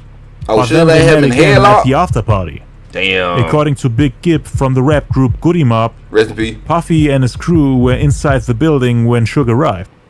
So yeah, should have him in the headlock. At Cholimo 4300. Suge and Jake parked their car in front of the building and stepped off the vehicle. They were there for trouble, even though they were clearly outnumbered and had no weapons on them. Arena Terrace 3345 said, "Me too." Man, at Javen 08 I might look this shit up. said, I'm gonna look it up. I'm gonna look it up. Let me write that. Let me screenshot that. Cause I would play it on here, but like YouTube be with the copyright shit, man. They be with the copyright. Now I was on my Twitch. I can do it. I'm gonna have to. What is it? What you said to that? Jermaine Dupri, look the bread. I'm gonna look that up.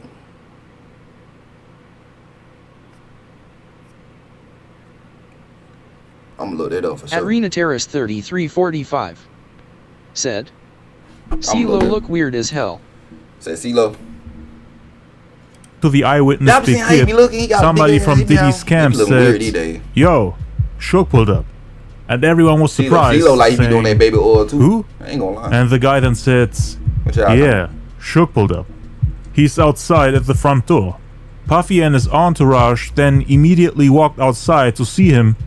And what started as a friendly conversation developed into a huge argument with everybody yelling in the middle of the street late at night. Puffy then started drinking his champagne and somebody whispered something in his ear. Next thing you know, Jake is on the ground shot. Puffy, on the other hand, told it differently. When he was asked in an interview about it, he seemed frustrated and confused. Here's what happened, Puffy said. So that's why he did. That's why he with my son. So we found At out he did. At that time, there wasn't really no drama. I didn't even have bodyguards, so that's the lie that I did. Puffy is responding to the accusations that his bodyguards have shot Big Jake, saying that he didn't even have bodyguards with him that day in Atlanta. This can be easily disproven by the multiple eyewitnesses who have seen his bodyguards at the club. Jermaine Dupri, Jay Black, so we gon' ban. Big we not talking. Wolf. They all said that Puffy's bodyguards were present that day. Maybe not bodyguards in a traditional sense, but street dudes from New York like Wolf, who always kept an eye on him and protected him. Now you know Bow Wow look pretty motherfucker too. No homo, y'all. One of them look pretty, but they were tearing his ass up. I believe they were tearing his ass. Diddy don't have him. All of them don't have him. Tearing his ass. Goddamn little Bow Wow. Poor little teen. They would tear him up, but nigga had long hair too. Shit. Tear his ass up. I believe they would tear his ass up. Sean Hamilton 1944 said, "We can't hear the documentary with all the background." All the background? You talking about the noise? Jolomo 4300 said, "Hold on, y'all. Yup, he pimped out Bow Wow." Hold on. At Antonia Cuthbert, according to Officer Greg Kading, there were also eyewitnesses that claimed to have seen the Southside Crip Orlando Anderson wearing a blue powder jacket and standing there as additional security for Puffy. I mean, it wouldn't make sense for a guy like him to leave the city without anyone there to protect him. Is the documentary not playing? Oh, it's playing. Okay. Let me turn this down. Let me turn the I know what you're talking about. Okay. Let me turn it down a little bit. I know what you're talking about. At Rena Terrace 3345 said, "LOL, poor Lil Tink Tink." Poor Lil Tink Tink. I think they got a volume. I hope they do. The notification's too loud, y'all. Let me know. I don't think you can turn it on. At Jolomo 4300 said, "Control problem." The crazy part, Snoop had Bow Wow first, and he gave Bow Wow to Jermaine Dupri.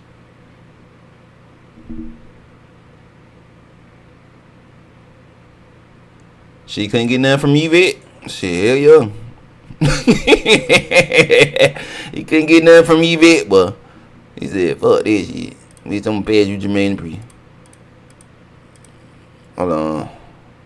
I'm trying to find the volume, y'all. I'm turning it on. I don't think they got a volume on here. Shit.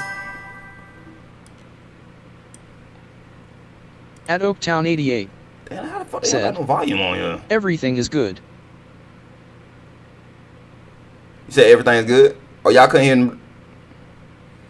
I want to make sure y'all can hear the documentary too. Even the people around him claimed that Puffy wasn't alone there. But let's continue with the statement. I left the club and I'm waiting for my limo. Talking to girls. I don't see Suge go into the club. We don't make contact or nothing like that.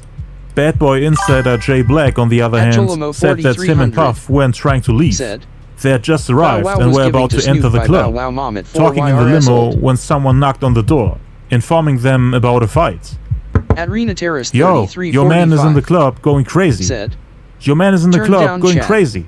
So chat. Jay Black and Puff jumped out the limo. Alright.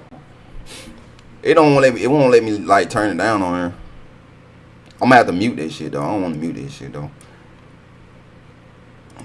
I'm probably gonna have to mute it because I want y'all to hear this shit though. At Oaktown 88 Let me find it real quick. Said, I listen to a lot of down south music. A lot of people sleep on Fredo Bang.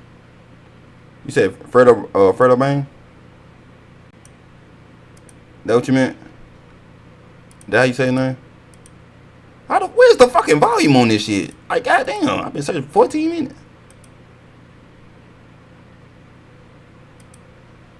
Let me, damn, that's gonna turn on. Let me see if they're gonna turn it. Oh, I know what to do, chat. I know what to do. Let me turn it on. I gotta find it. Gotta go to volume. Alright, we gotta find. Is the speech thing in here? Nope. Nope. Not in here. At Oaktown 88 said, yeah. At Rena Terrace 3345 said, who that? At Jolamo 4300 said, I like hearing the comment out loud. It's unique. You like hearing it? I like hearing it because I'm bad with people's names, so I like hearing it. But I want to make sure y'all can hear the documentary at the same time, though. No. I might can turn it up, though, but it might be too loud, though. Let me see. Let me turn it up. How they sound? Let me know trying to get into the club. Suge then came out and they spoke to each other. He gets into a beef in the club with some people. I knew the majority of the club, but I don't know who he got into the beef with, what it was over, or nothing like that. All I heard is that he took beef at the bar. I see people coming out. I see a lot of people that I know. I see him. And I see everybody yelling and screaming and ish. I get out the limo and I go to him like, what's up? You alright? At Rena Terrace I'm trying to see if I can help him. That's my mother effing problem. Me. I'm always trying to see if I can help somebody. Anyways, I get out facing him and I'm like, what's going on? What's the problem? Then I hear shots ringing out and we turn around and somebody's standing right behind me. How the fuck y'all don't got His no man, volume shit on here? God bless the dead, gets shot and he's on the floor. My back was turned. I might have to take I could have got shot. And he could have got shot. But right then he was like, I think you had something to do with this. I'm like, what are you talking about? I was standing right here with you. I really felt sorry for him. You said I create my own voice? If he felt that way, he was showing me his insecurity. Appreciate that. According to Jay Black, Big Jake was laying on the ground, and Shook was then in Puff's face, yelling at him. I'm going to get you. I'm going to do everything in my power to get you. If you're a producer who hates AI, this plugin might change your mind. This is reimagining co-producer. You can take any... Puff was all humble, saying, why? I had nothing to do with this. Shook then went to check on Jake, started shaking him, saying, don't worry about it, you gonna be aight. Then he turned back to Puffy and continued yelling. The shooting happened right at the front entrance, so everyone that started panicking inside the building had to find a different exit to escape. Someone jumped out of a window on the side of the building, but most people tried to escape through the back entrance, cause again, the shooting happened at the front entrance. It was a melee, a lot of people were screaming and running, everything was out of control. Jay Black, the guy who came with Puffy, got locked up that night for stepping on the shell casings and for quote-unquote tampering with evidence. Me too, bro. It is not clear who the shooter was, as nobody has been charged for the murder, and as there are conflicting statements by eyewitnesses. According to Shook's right-hand man, Mob James, Keefy D, Haitian Jack, and basically 99% of the people who have spoken on it, the person who shot Big Jake was a man named Anthony Jones, aka Wolf, who was one of Puffy's bodyguards from New York, his right-hand man and muscle. And Puffy was standing right there when it happened, denying that he had bodyguards. Shook was trying to push up on Puffy, but neither him nor Big Jake had guns on them. According to Dupree, they were inside at first, but got outside before things started to escalate. Puff and Shook, quote-unquote, got into a screaming match. Dupree said he saw Wolf shoot multiple times. A few seconds later, Jake was on the ground, and everybody scattered and left the party. He didn't say that Wolf was the one who actually killed him, only confirmed that Puffy's bodyguard was present, and that he was one of the people that reached for their guns to shoot. According to Puffy's bodyguard Gene Deal, it wasn't actually Wolf who shot and killed him. He did shoot, but he wasn't the one who killed him.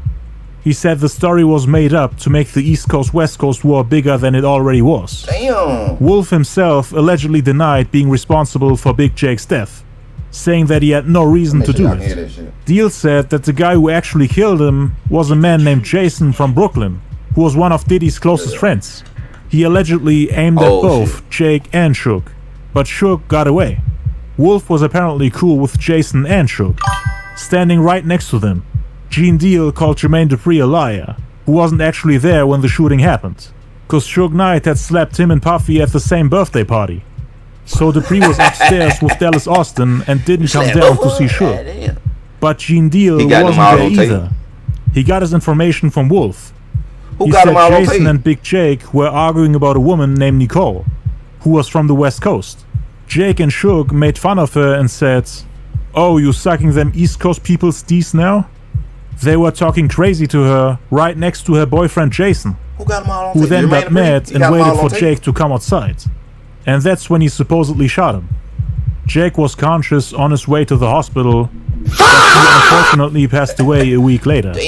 Shook, members of Mob Piru, and everyone from Death Row blamed Puffy for it. After the shooting, people on both coasts began speculating. Tupac, would there be retribution?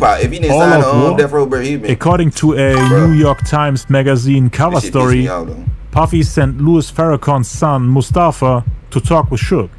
If there's anything you can do to put an end to this BS, I'm with it. Appreciate that, bro. Puffy later denied sending him.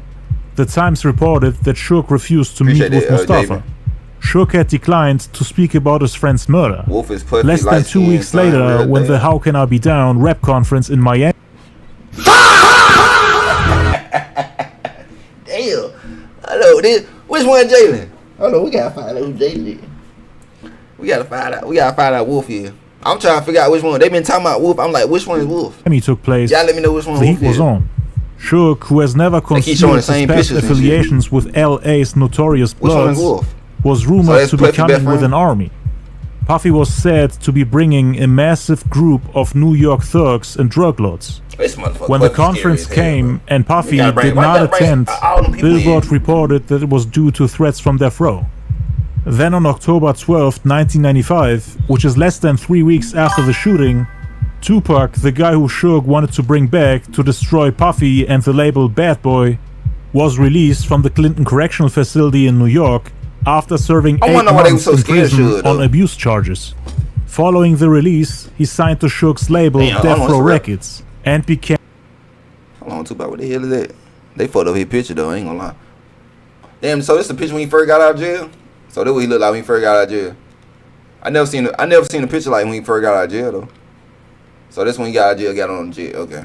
I'm heavily involved in the growing East Coast West Coast hip-hop rivalry. In the car? Okay. Pac was already labeled a thug and gangster before his release from prison. Different, bro. But signing to Death Row amplified it to the point where everything got out of control. Pac and Death Row together were like fire and gasoline. He started dissing Puffy, the Notorious B.I.G., and everyone associated to the label Bad Boy Records, while outshining them success-wise. Selling more records than any rapper on the East Coast. He became the #1 rap artist in the world after dethroning the quote-unquote King of New York, which was a title specifically created for the Notorious B.I.G., who had taken over the game while Tupac was in prison. He stole that man. I will cover the beef in detail in a separate video. Pac was just filled with rage, hate, and anger due to the shooting on November 30th, 1994 at the Quad Studios in New York, where Tupac got shot 5 times by 3 assailants. So who shot Tupac though in New York though? I know Puffy and them probably had something to do with it, but who actually shot at Tupac? Do y'all know that he won 87 on the undercover cop? Yeah, I ain't gonna lie, I love this song. I ain't gonna lie. That shit, it's rooted in my veins, man. I've been hearing it so long, so many years, man. It's rooted. I ain't gonna hate him on no song though. I say I hate Dre as a person, him and Snoop Dogg as a person, but the song, I sing the song now. Wolf or Bodyguard ain't hit, man. Them goddamn look this shit up. Cause they keep showing the same damn pictures. Let's see. Wolf. Hold on, we gotta look these ass over real quick.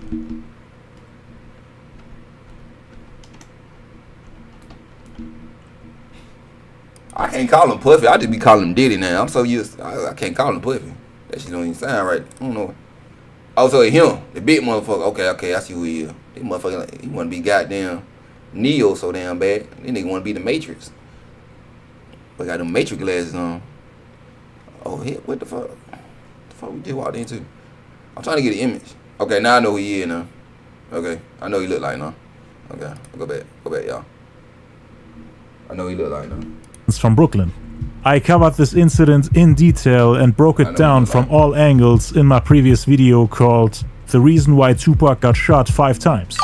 You should definitely check it out, because that shooting explains some of the decisions Tupac made after his release from prison. It explains why Tupac accused Biggie and Puffy of knowing the shooters and them not wanting to reveal who's responsible even though they are friends. Especially after they purposefully released the song Who Shot Ya just a couple of months after the shooting. So for Tupac, it wasn't just a regular rap beef. He feared for his life and needed people like Suge and the mob Pyru around him to feel safe. But Suge also needed Pac to get Death Row back on top, so they both benefited from each other. I can tell that Pac was down, but you can tell. Oh my God! Oh my God! Oh my God! Oh, that's why. Okay, now I see why Tupac been saying. He been saying that shit in his lyrics though. Best friend set me up. So shit. I forgot what song it was though. He was saying that. What song? I forgot. Y'all gotta remind me what song he was saying that then. The first shooting, both of them. Shout out Day Shay and 7 Foot has joined the channel. Appreciate you. Join the channel, man. Appreciate you locking in with me. Give me a hell yeah! said Biggie did not steal nobody's style. Biggie been rapping like that since a kid. Oh, y'all, you didn't see that Juicy? He stole Juicy. Oh, he stole Juicy from that. He stole Juicy from that Mississippi dude. I ain't gonna lie. He stole that now. You know what I mean? Y'all got, cause I ain't been, you know what I'm saying? I was a kid around that time, so I still ain't hip to hit Biggie like that. I know like 3 Biggie songs, that's about it. So y'all saying he been rapping like that, so the Mississippi dude stole Biggie flow. That's why I need to know. He wanted to be known against all odds. Okay, man, I gotta remember that. Oh, appreciate you telling me that. Against all odds. You said yes, he did. Yeah, he did. I believe he stole it. I got a short. I got a short on it, man. That shit went viral. It's a short. I got a short on it, y'all. Go through my shorts and you'll see it. You'll see it. He stole Juicy. Y'all gonna make me go look this shit up. I can play that shit now. I'm gonna play it. I'm gonna go to another YouTube real quick. I'm gonna find it. Chat. We gonna go through it. Hold on. I don't got it. No, damn, I gotta go to my Facebook. I forgot the dude deleted it. The dude I collab with, he deleted it. I gotta go to my Facebook. I gotta go to my other Facebook and play it. He deleted it. I got more views on. I got more views on thing than him. He deleted that shit. Good thing I had him on Facebook though. Yeah, I think smart. Hold on, chat. Cause I got a ping though. I hope YouTube don't copyright my ass for this shit though. Where is it? Here you go. Can y'all see it? I'll make sure y'all can see it real quick. Can y'all see it? I might click on it. Can y'all see it? 3.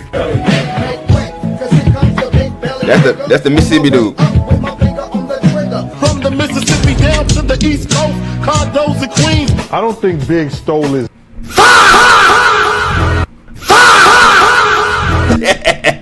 Although we gonna play it over this case, cause this is case you didn't hear it, cause I'm gonna play it over. I'm play it over, twin. Name. So hello, play it over. Look. I couldn't believe myself. 3. Before I play it over, he released it in 1993. Big released Juicy in 1994. That's what they say. Y'all fact check me for it. Fact check me that. This Mississippi dude, Mississippi dude, and his name was Notorious. His name was already Notorious. They say Big took that too. 23.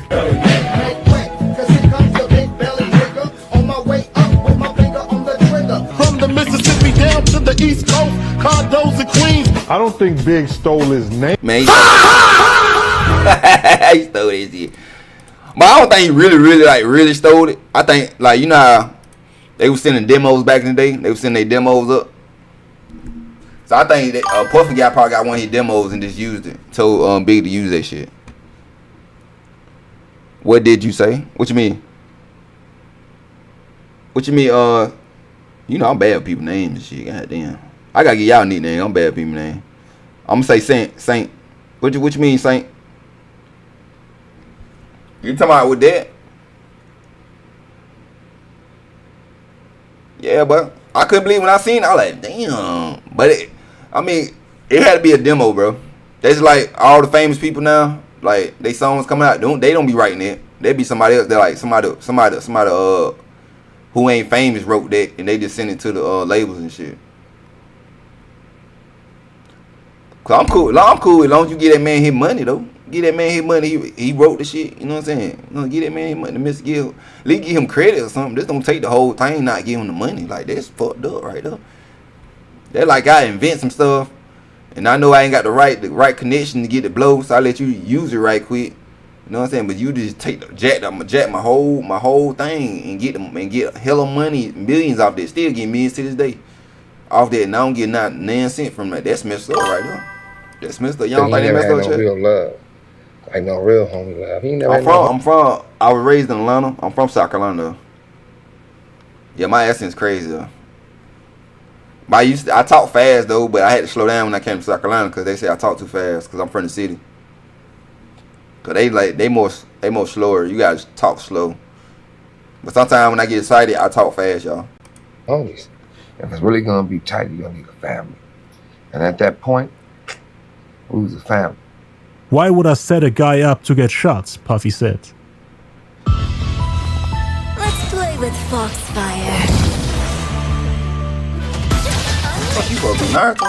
If I'ma set a guy up, which I would never do, I ain't gonna be in the country. I'ma be in Bolivia somewhere. He ain't mad. Where you was when they came and got you then, Puffy? Huh? You wasn't in no Bolivia then. They came and raided them houses. You wasn't in no Bolivia then. You forgot about it. Remember the movie Woods? I'm from North Carolina.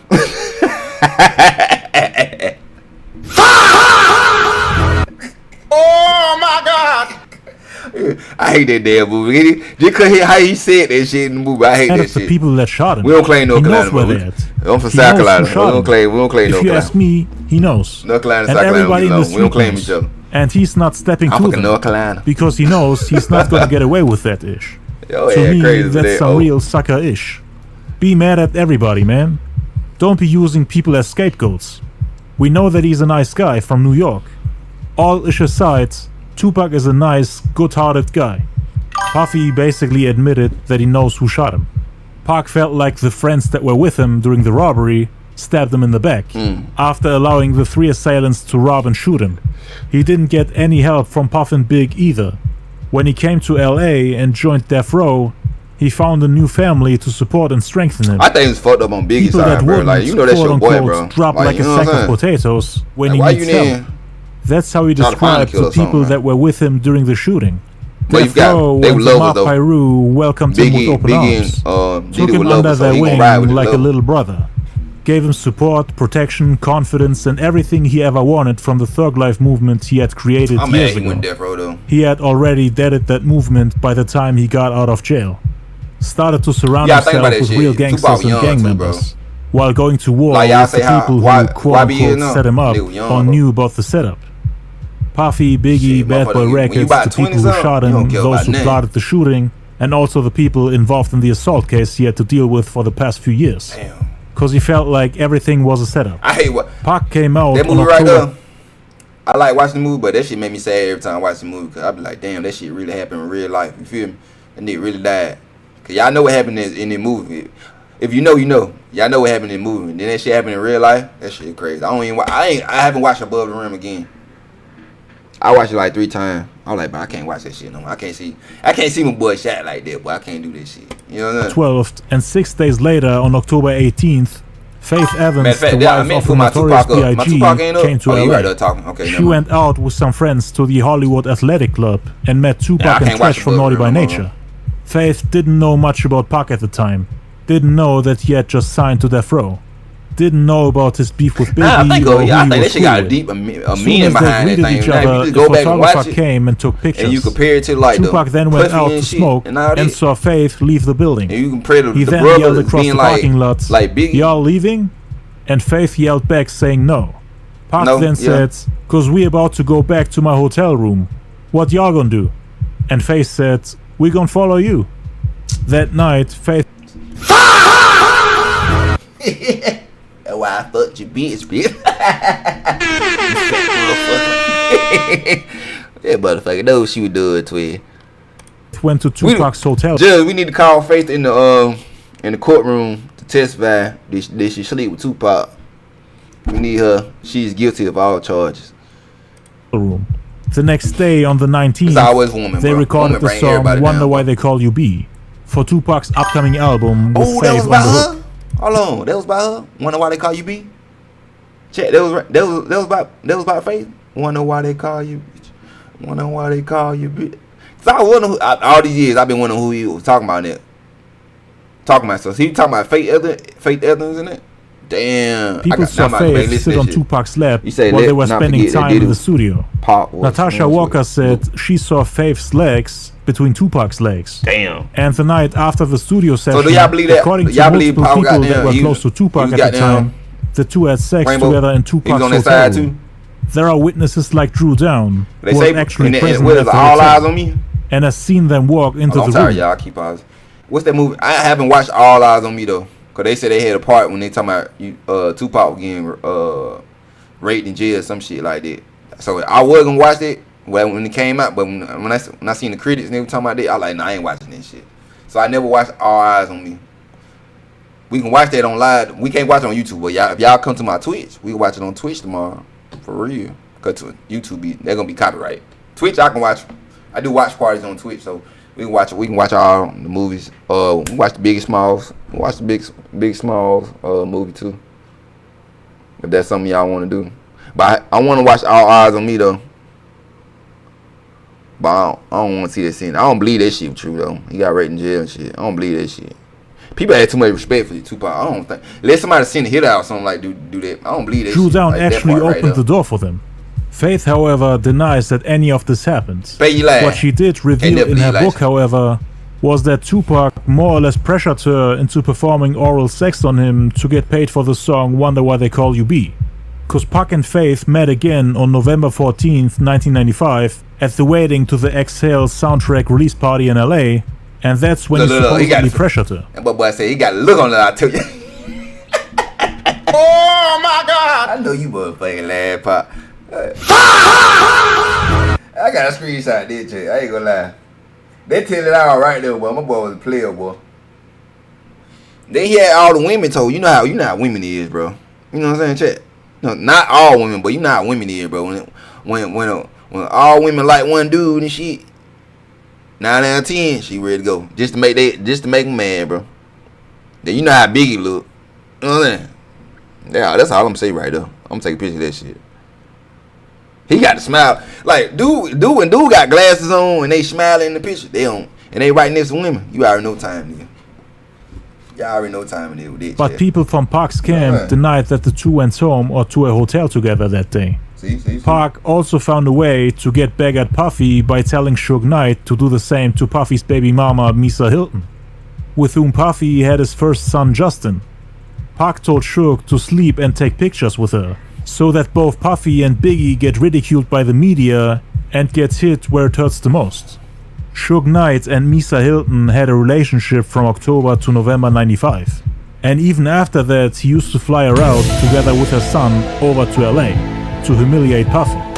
They slept together on numerous occasions, got seen together at the Parker Meridian Hotel in New York City.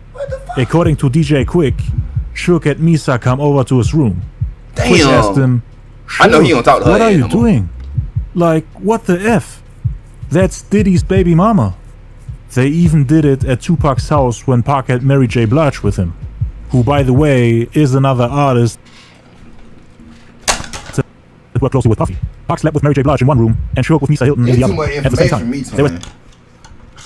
These motherfuckers, ooh, they some slimy motherfuckers in this goddamn game. Baby mama, you hit my baby mama. This shit deep. Yo, it's a hit out. He put a hit out on Tupac. I believe it. It's no second question, but I ain't know all this shit, chat. I ain't know all this shit going on. Were seen together on numerous occasions. Pac later complained and joked about Mary's bad smell in the intimate area. Damn, Mary J. I think Mary J was a part of that Diddy stuff. Like, word. I heard she was, you know what I'm saying? Him and Suge were doing everything they could to emasculate and belittle Puffy and Biggie, rubbing it into their faces and showing them that they can get away with it. They were trying to drive them crazy and to provoke a response, which they ended up getting months later. Pac and Suge shared a common interest. They both wanted to confront him and find out if he's really involved with the shootings. The one at the Quad Studios and the one where Big Jake got murdered.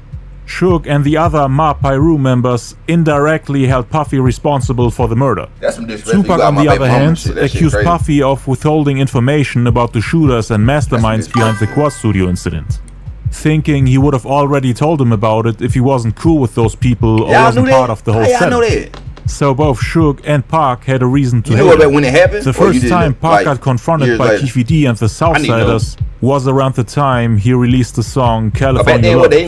Pac had a line on there that upset the Southsiders. He rapped, recognized from Long Beach to Rosecrans.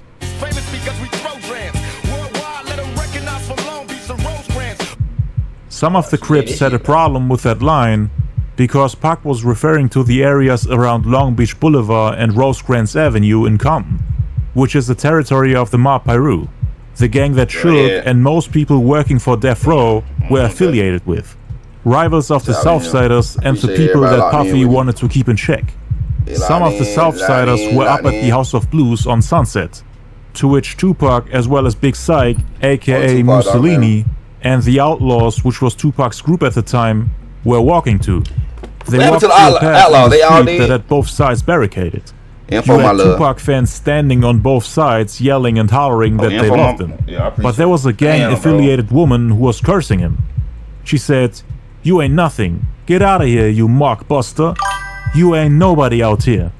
Napoleon from the Outlaws, who was around 18 at the time, was upset about it and yelled back at her. "What? Pac, you not gonna say nothing?" Said that's all bullshit. Go sit down, sad ass. But ninja. Napoleon felt like he had to do something about by that, Brick? So he started cursing back and making spitting gestures towards her. Then, according to Napoleon, two quote-unquote humongous black brothers came out of nowhere on both sides. They stood up, and to Napoleon it seemed like they just kept getting bigger and bigger. He himself was the shortest guy in Tupac's crew, so of course he felt intimidated. I think I seen something they talking about all of them, I think all of them Napoleon. They then started walking towards them. Napoleon became scared because they were both about twice the size. It was like a video said the curse in front of Tupac. What happened to especially after instigating the fight. Big Syke, who was one of the original members of Tupac's group Thug Life, then stepped in their way and held them back.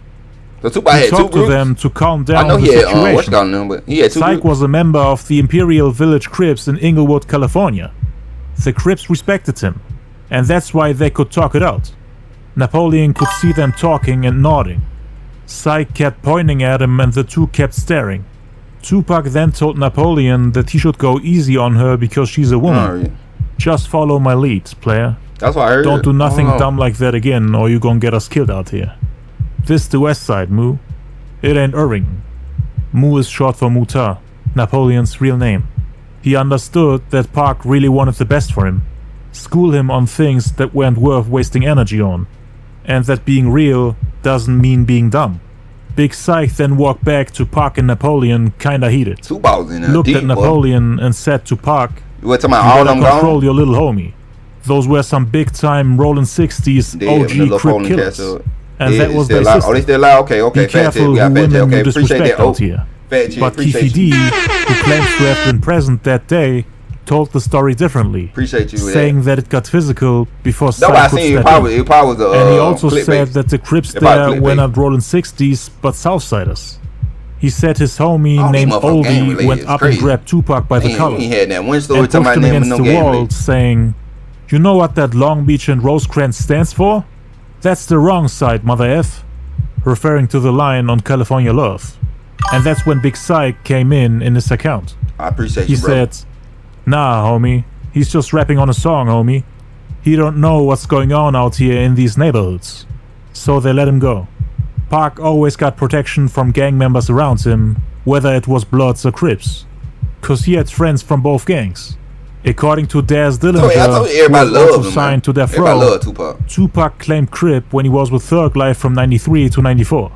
He had Rated R and Macadocious in his group, who were both Rollin' 40s Crips. And also Big Syke, who like I mentioned earlier was a member of the Imperial Village Crips. He also was close with Warren G, Daz Dillinger, Nate and Snoop Dogg, who were all Rollin' 20s Crips. Also Corrupt, Rollin' 60s, the list goes on and on. Pac later had a falling out with almost everyone on this list, including Big Syke, who had kept an eye on him this whole time. Pac wanted to sign him to Machiavelli Records, and wanted him to stay away from Suge and Death Row. But instead, he tried to get signed there, ignoring Tupac's offer, and that's why they had a falling out. Pac told his bodyguard, Frank Alexander, to not let him get near him. He refused to talk to him, and not just him, almost every Crip friend he had. Instead, he got closer and closer to the mob Pyru, people like Trayvon Lane and Suge Knight, who wanted to make him an official member of the gang. Pac tattooed the acronym MOB on his inner right upper arm. The acronym stands for two things, according to Tupac himself. Damn, Pac, money over B, and also money, organization, and business. He referenced it on numerous songs he recorded after coming out of jail. Like for example on Blasphemy, Hit 'Em Up, Changed Man, Worldwide Mob Figures, MOB, The list goes on and on. Pac wearing a red flag, you know what I'm saying? The right pocket, you know, so Pac was like, know this shit, right? I'm on some MOB shit. I'm on a red rag, so. Know this shit, right? I agree with that, brother. You that shit, Mo. So you say MOB, that's the mob. Hold on now. Let's get this shit. Copyright. Yeah, nah, I don't want this shit, man. That's like you're begging about the name. I might go back and listen to the whole album. I ain't gonna lie. I'm about to ride to this shit, chat. Pac's really with that shit. Appreciate we got 110 people in this chat. I appreciate y'all. Damn, hold on, we can't listen to it. No. I want to, but I can't. Not on YouTube. Associated with Death Row knew what he was doing and were fine with it. No copyright. Some say he got that tattoo to get the mob Pyru on his side, basically as an army to ride with him in his wars. So do y'all think Tupac was a Pyru? I mean, he was in the game like they say. Cause growing up, I ain't never know he was in the game though. I thought he just hung around them. You know. You say look up. Pops on Fuck the World, he gets it clear that he doesn't bang. That's what I'm saying. I know I heard it. I heard it before when he don't bang, bro. So why he got him? He infamous. I don't know what they do name is. I'm gonna fact check his ass. You know what I'm saying? I don't believe he was in no game though. I know he wore bandanas though. He wore all types of bandanas. White, blue, red, brown. What does he go? Damn, that's all the colors he wore, right? I don't think he never wore no purple or green. I don't think Tupac never wore no. Tupac felt like the whole world was against him. He was in the middle of the East Coast-West Coast war. Shook, a Mob Pyru member, got him out of jail got away from and all basically that, gave him a second chance in life. He was smart as fuck. Because his career would have been over if he had spent 4.5 years in prison. So it could have also been loyalty towards Shook. While Tupac had the mob Pyru around him as security, Puffy relied on the Southside Crips, meaning Keefe D and his people. Pac not only became part of Shook's bloody war with Puffy, in which close associates and mob Pyru members like Big Jake got killed by one of Puffy's associates, which made them want to retaliate, but the Southsiders around Puff were also beefing with the Pyru on the West Coast. So Pac was thrown into a war that he couldn't even understand or comprehend. He went from beefing with rappers and music executives to gang wars, living a life that he never lived. He didn't grow up in gangs and ended up making mistakes due to his inexperience. The wolves that Pac and Puffy had around them as security and backup were fighting a bloody war that Tupac couldn't get out of. Now you have a big part. He more or less got dragged into a gang war without being a real gang member. Things got worse day by day.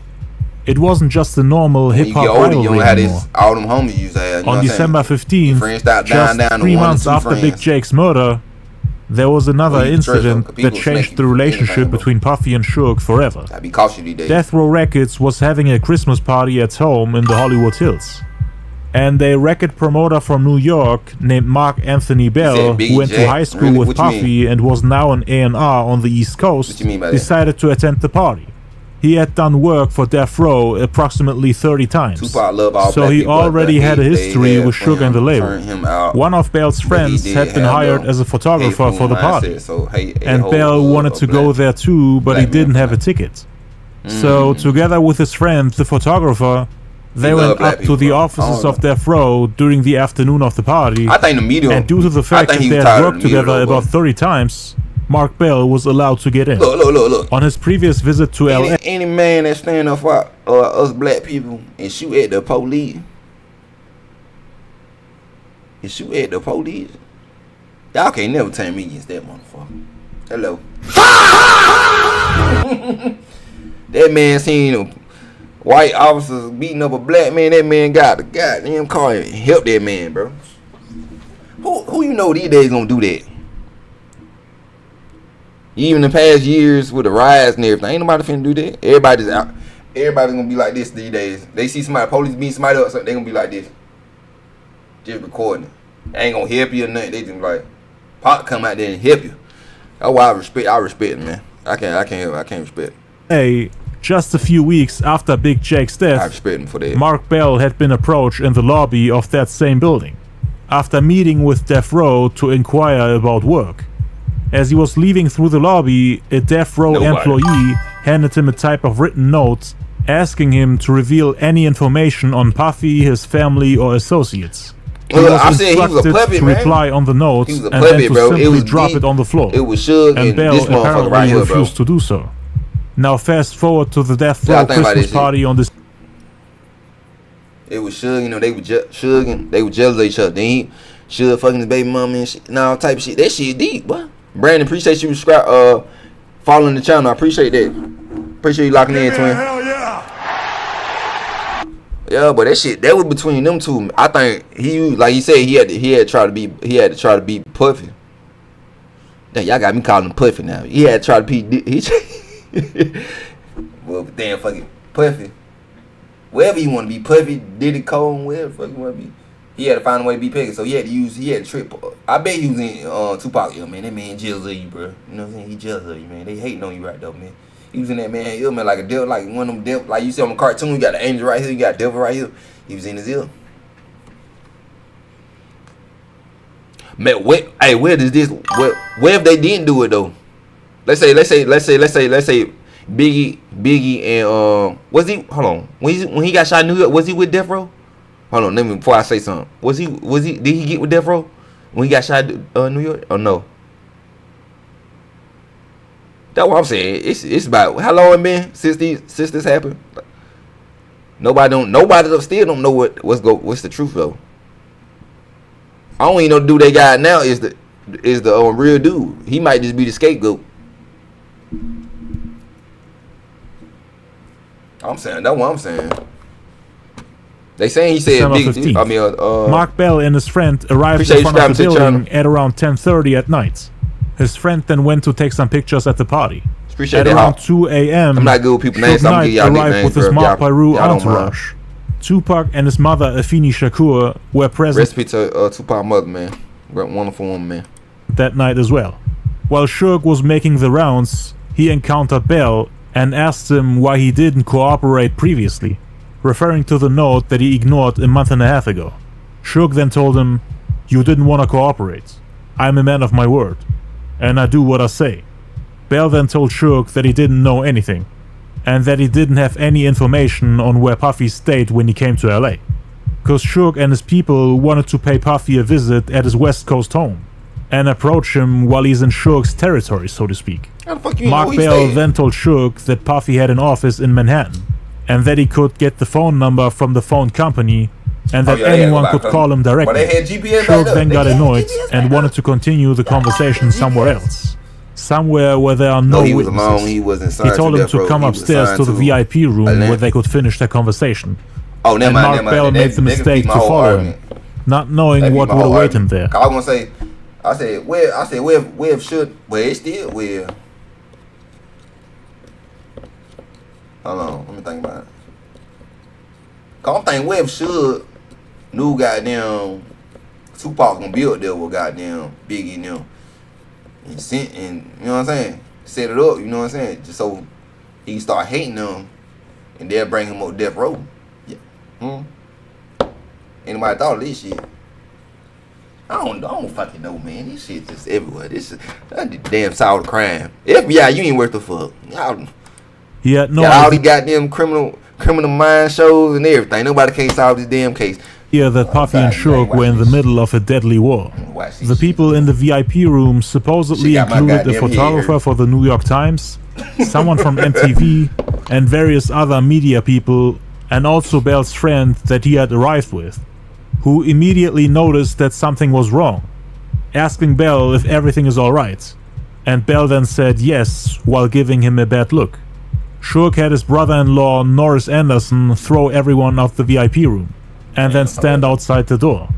Left in the room with Mark Bell were allegedly Suge Knight, Tupac Shakur, Dr. Dre, a man with gold teeth, and two other men which were all Mob Pyru members. Suge pulled out a chair in the middle of the room and told Bell to have a seat. He then pulled up another chair and sat right in front of him. He then started questioning him about Puffy and why he didn't cooperate with him previously. Mark Bell again told him that he didn't want to get involved. Suge then asked him about Puffy's parents and where his mother lives, how he can find Puffy's office. Mark Bell claims that Tupac would whisper into Suge's ear, who then would ask more questions. The man with the gold teeth was acting hyper and would come up to Bell and hit him in the side of the face, while yelling, "This is for the person who died. We're going to kill you." He allegedly hit him 3 times. With the person who died, he obviously referred to Big Jake, whose death Suge and the Mob Piru blamed on Puffy. Mark Bell would constantly hear them saying, "That was our homie that died. He got beaten with fists and bottles that night." Suge told him that he's going to have to deliver Puffy. During the beating, Pac also said that Bell is lying about not knowing where Puffy is. One of Suge's men then said, "I could kill you now if Suge says so." Suge then went to the bathroom and returned with a glass of urine, which he tried to make Bell drink. He handed it over to Bell, who then held it in his hands, not knowing what to do, nervous and scared to death. The man with the gold teeth then hit him in his face again, which made him drop the glass of urine. He was in fear for his life and broke for the balcony, hoping he could jump to safety or maybe someone would see him. The whole group immediately chased and grabbed him at the guardrail before he could get over it. Suge was on his left side grabbing his shoulder and leg. Pac was on the right side and hitting him on his neck. The other people were hitting him from behind and trying to get him off the guardrail. Mark Bell held on for about 30 seconds before they finally pulled him off. But lucky for him, even though he didn't make it over the guardrail, the gambit worked because downstairs his friend the photographer saw him, quote-unquote, spread out on the balcony, and he also saw Tupac making a stabbing motion at Bell, who later claimed that Pac was hitting him on his neck while they were trying to drag him back inside. Suge came back outside to make it seem like he's straightening out a Christmas tree. A second person then came to help him. The photographer understood that Bell's life was in danger. He left the party, took the car, and went down the hill. He stopped after seeing a police car, told the officers that his friend was at the death row party, and that Suge was trying to squeeze him for information. Interesting how he knew about Suge's motives, just by seeing him on the balcony. Him and Mark Bell had probably already talked about the incident that happened a month and a half ago. He also told the officers that they were stabbing him, told them that Bell was going to be killed. The cops then drove in the direction he came from. It's called... Hold on. Motherfucker long, ain't it? It's called... Damn. Can you see it? It's called The Reason Why Diddy Killed Tupac. It was... It's been 2 years ago. Can y'all see it or no? Oh, here you go. Can you... Let me know if you can see it. Let me bring it up. Here you go. This the name of it. The video we watching. The Reason Why Diddy Killed Tupac.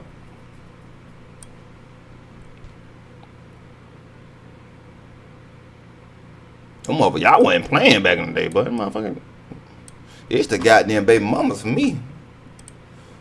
He ain't gonna be my baby mama. It's old. I ain't got no kids, but goddamn.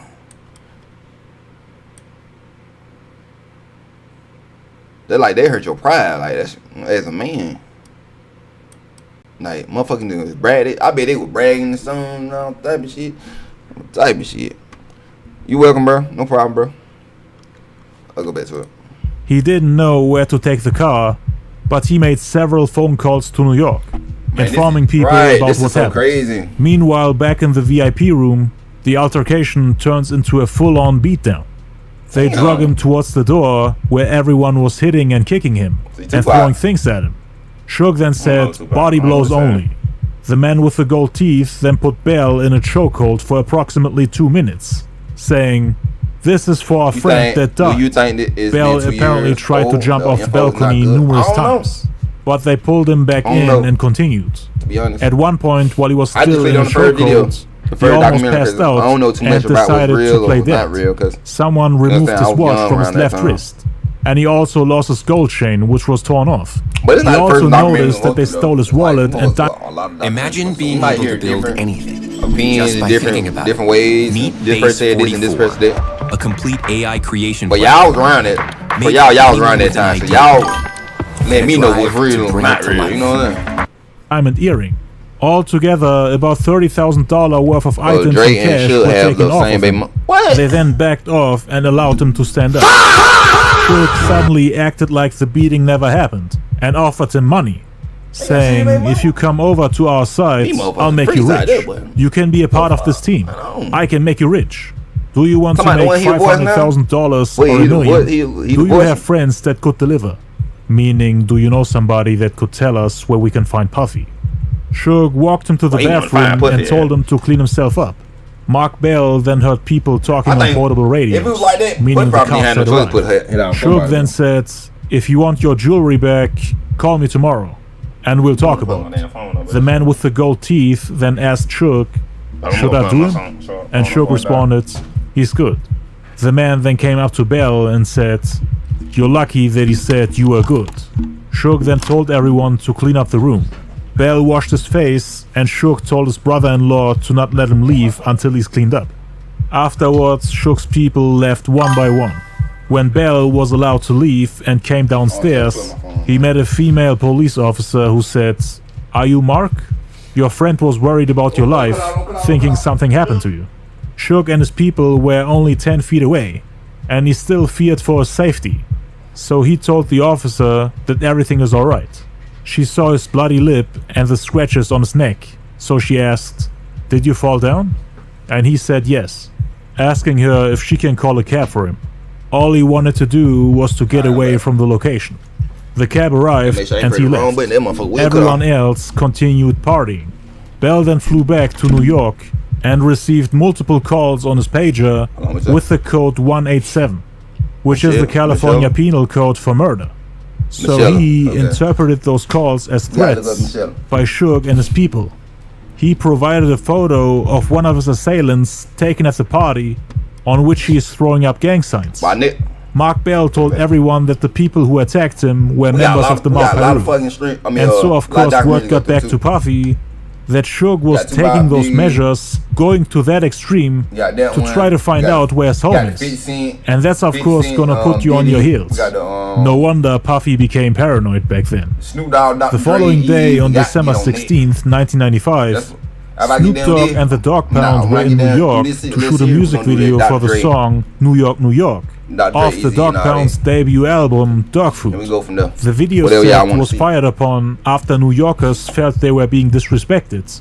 Like, why the hell are you coming to our city when you're dissing us? But the music video was originally going to be a dedication to New York prior to the shooting. They wanted to pay homage and make peace.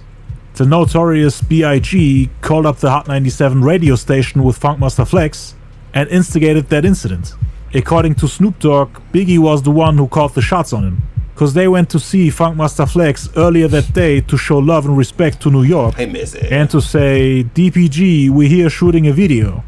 We need all you New York rappers to come F with us, cause we love y'all. We're shooting a video at Times Square. We're shooting at Red Hook. Come get down with us. That's what Snoop and the Dogg Pound wanted to say on the radio, but Funkmaster Flex wouldn't let them in. They headed to the video shoot.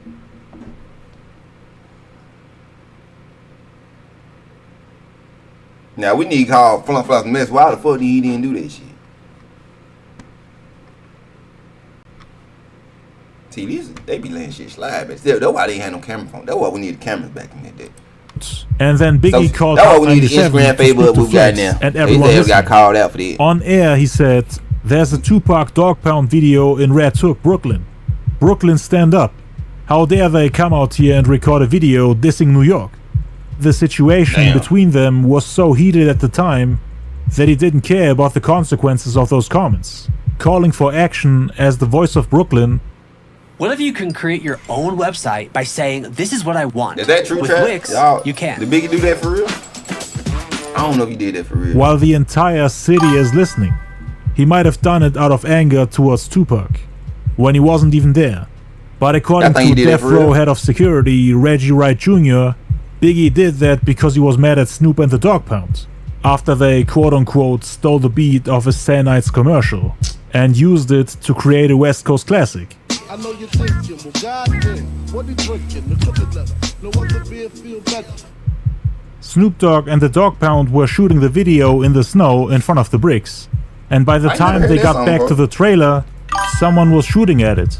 Luckily, none of them got hit. The death row bodyguard Frank Alexander got them out of there safe. Snoop and the Dogg Pound were scared like quote-unquote little bees, according to Frank and Reggie Wright. Snoop said that him and the Dogg Pound weren't really close with Suge and his entourage. Damn. They quote-unquote weren't really a part of all the gangster-ish that they were doing. And it makes sense as they were Crips, while Suge and his people were Mob Piru members. Tupac and Suge found out about the incident and were now even more upset. Sending people to kill the artists on the other side is a line that they hadn't crossed yet. People on death row were using intimidation tactics. They never sent shooters.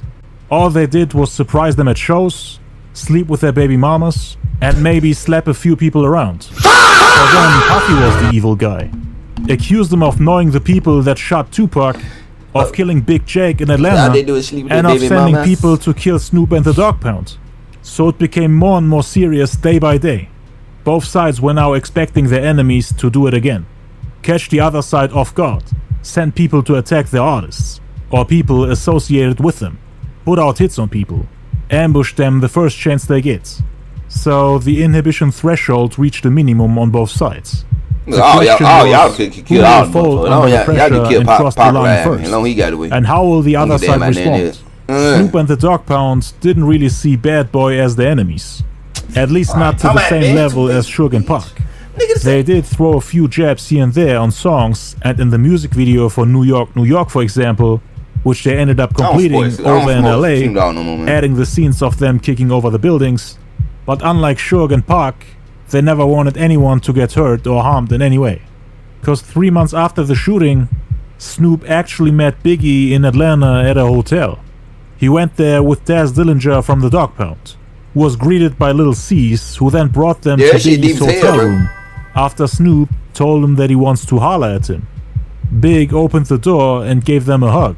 They smoked some weed together and Snoop confronted him about the shooting in Red Hook, Brooklyn. Big couldn't say anything to justify his actions. Snoop said, "I know you caught that shot on me. They missed. I forgive you." Snoop felt like no one got hit, so he let it go. They would have probably felt different about it if Snoop and the Dogg Pound were actually Mob Piru members. Why you hate New York, man? Pac was all about that loyalty, so he basically absorbed and took everyone's beef onto himself. He was there when his Piru friends needed help, and he was also there for all the Crips on his team. The Crips on death row didn't really want to get involved. When Snoop went back to LA and told Tupac about it, he was confused on how he could forgive them like that. Cause remember, Pac thought Big and Puff knew who shot him, and didn't tell him on purpose. They blamed Big Jake's death on them as well. And they almost got Snoop and the Dogg Pound killed. First thing Pac said to Snoop was, "F them people." Snoop felt like Pac had the right to say that. How the F you ain't trippin' when people try to kill you? You ain't trippin' when people try to shoot you? And they try to do me. Homie, you went soft after that murder case. Referring to the murder case Snoop beat on February 21st, 1996. But like you crying Pac wanted his revenge even more now. Snoop and the Dogg Pound flew to New York in peace and got that type of treatment. So Pac and Suge wanted to return the favor and make it impossible for Puffy and Biggie to come to LA without getting in trouble. But before that, they actually met the guy who Puffy hired to keep them in check. Keefe D, member of the Southsiders. It was at the Mike Tyson-Frank Bruno fight on March 16th, 1996. Pac, Suge, and the whole death row entourage went to Las Vegas to see the fight. According to Keefe D, he met Suge Knight right when he came out. Said he was waiting for his car at the valet and saw Suge, who jumped out his Rolls Royce to greet him. They shook hands and exchanged words. "What's up, big dog? What you doing?" Suge said. According to Keefe D, they had a friendly and peaceful conversation, as if they're friends. The next time they saw Biggie and Puffy was at the Soul Train Awards in LA on March 29th. This was Suge's territory, and they wanted Bad Boy to get a taste of their own medicine. Damn. After what's happened to Snoop Shout out, and we the got Dog Pound in New York. people in the live. Appreciate y'all. All you fake friend ass, you got to be careful because it's very dangerous out here.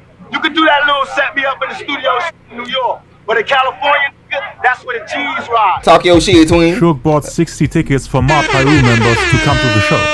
Keefy D and the Southside Crips were there too, but they weren't sitting with any of the members from Bad Boy.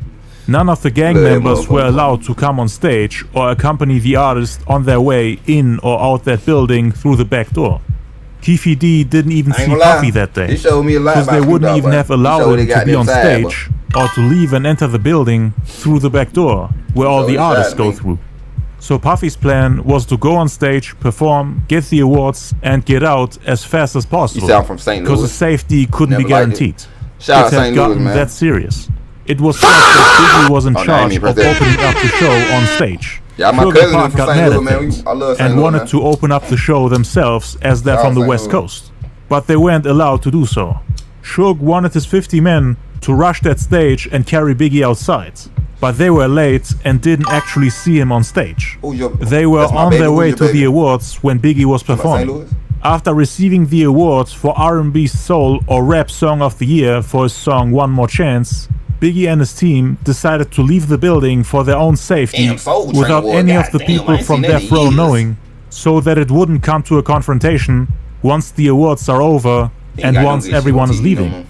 So Puffy, Biggie, and a small group of people are now trying to leave through the back door, but they're being held by security, which got bribed by the Death Row head of security, Reggie Wright Jr., who was notified that they're trying to leave.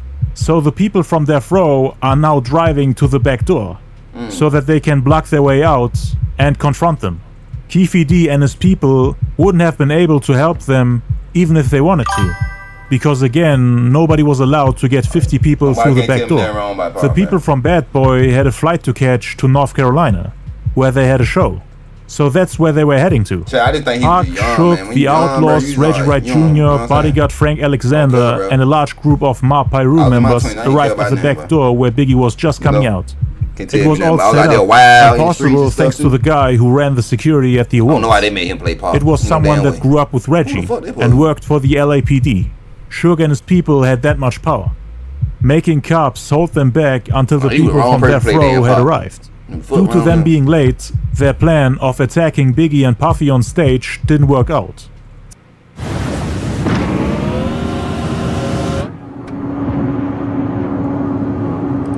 They resorted to Plan B, to surprise them when they're trying to leave. Park jumped out the Hummer and saw Biggie the moment he came out of that building. He immediately started yelling and insulting him. "You fat mother F, traitor. You on the west side now. Let's get this ish over with right here, right now." They got a video of that. Biggie had Puffy, Lil C's, Lance on Rivera, C Gutter, and one security guard with him. The two groups came face to face and started arguing. C Gutter from Biggie's camp then pulled out a gun. He just came out of jail and was a known gangster. Reggie Wright from Park's camp then warned him, saying that he better lower the gun and not point it at him. It'll be over if he does. Cause Reggie had a gun too, pointing right back at them. Park was yelling, "Give me the gun! Give me the gun! Shoot that mother F! Shoot him!" And Reggie was trying to calm him down while Park was pulling him by his arm. Puffy panicked and jumped down the embankment, ran alongside the trucks, and according to Reggie Wright, he tried to hide under a car. He was scared to death. Biggie, on the other hand, stood there like a man, saying nothing, cool and relaxed. Lil C's, however, was quote-unquote pissy drunk and started to respond to the things Tupac was saying. "F you N-word, East Coast, mother F." I ain't never know Lil C's look We like. on the west side now, we gon' handle this ish. Aside from Puff, there were two more people that tried to run away. So the people from Death Row definitely had the advantage that day. DVD said if he was with Puffy that day, he would have shot and killed everybody, meaning Shook, Park, Reggie, and the rest of the Death Row entourage. But C Gutter and Reggie thankfully didn't fire any bullets that day. The Fruit of Islam came and jumped in between the two groups, calming down the situation. Shook was talking to one of them, and after that, both groups went their separate ways. Tupac and Shook went inside the auditorium and walked around as if they owned the building. signing autographs, taking pictures, posing, while he was supposed to be on stage and accept the award for Best Album of the Year, cause he had won with Me Against the World. But Pac didn't go on stage. He was just walking around the building full of adrenaline, as if he's looking for a fight. Puff Daddy had already reached the limo, as he ran away as fast as possible. His ex-bodyguard Gene Deal jumped in the car shortly after that. Damn. The rest of the Bad Boy camp was on their way to the airport. Shout out, we got 130, Puff tried to call Biggie, chat, who was trying to catch his flight to North Carolina, but he didn't go on the phone because he was mad at Puffy for leaving him behind and escaping while he was there trapped, almost getting killed by gang members. Puff didn't come to North Carolina with them. Instead, he drove back to the house he was staying at in LA, the one that Shook and the Ma Piru tried to find, back when they assaulted Mark Bell in December 95, just to squeeze some information out of him. Gene Deal then called Chaz Slim Williams, owner of Black Hand Entertainment, and told him what happened. He mentioned the fact that Puffy ran for his life, and Puff overheard the conversation while he was walking upstairs in the house he was staying in. You can't get mad Puffy at yelled at him and said, "How you gonna get mad why you telling him I ran? Why you telling him I took a left?" Chaz and Gene Deal were both shocked. Puff was seated, came back downstairs to speak to Gene. He said, "Yo, Gene, I got 126 employees, and these people depend on me for their livelihoods. If these white folks thought or would think that I had anything to do with any kind of gunplay, they wouldn't F with me, and they're not gonna F with me. I'm a businessman. I'm about making money, but something gotta change. I don't give a F if Pac gotta die, Big gotta die, or Suge Knight go to jail. Something has to change." And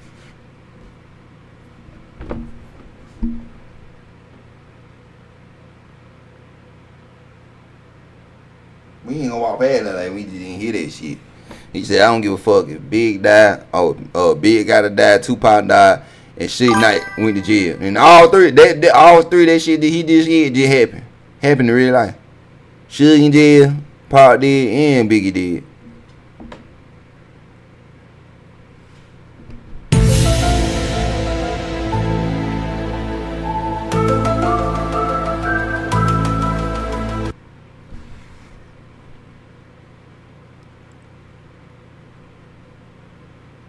Everybody say I look like Tyler Crazy. Y'all think I look like Tyler Crazy for real? And then he went back upstairs.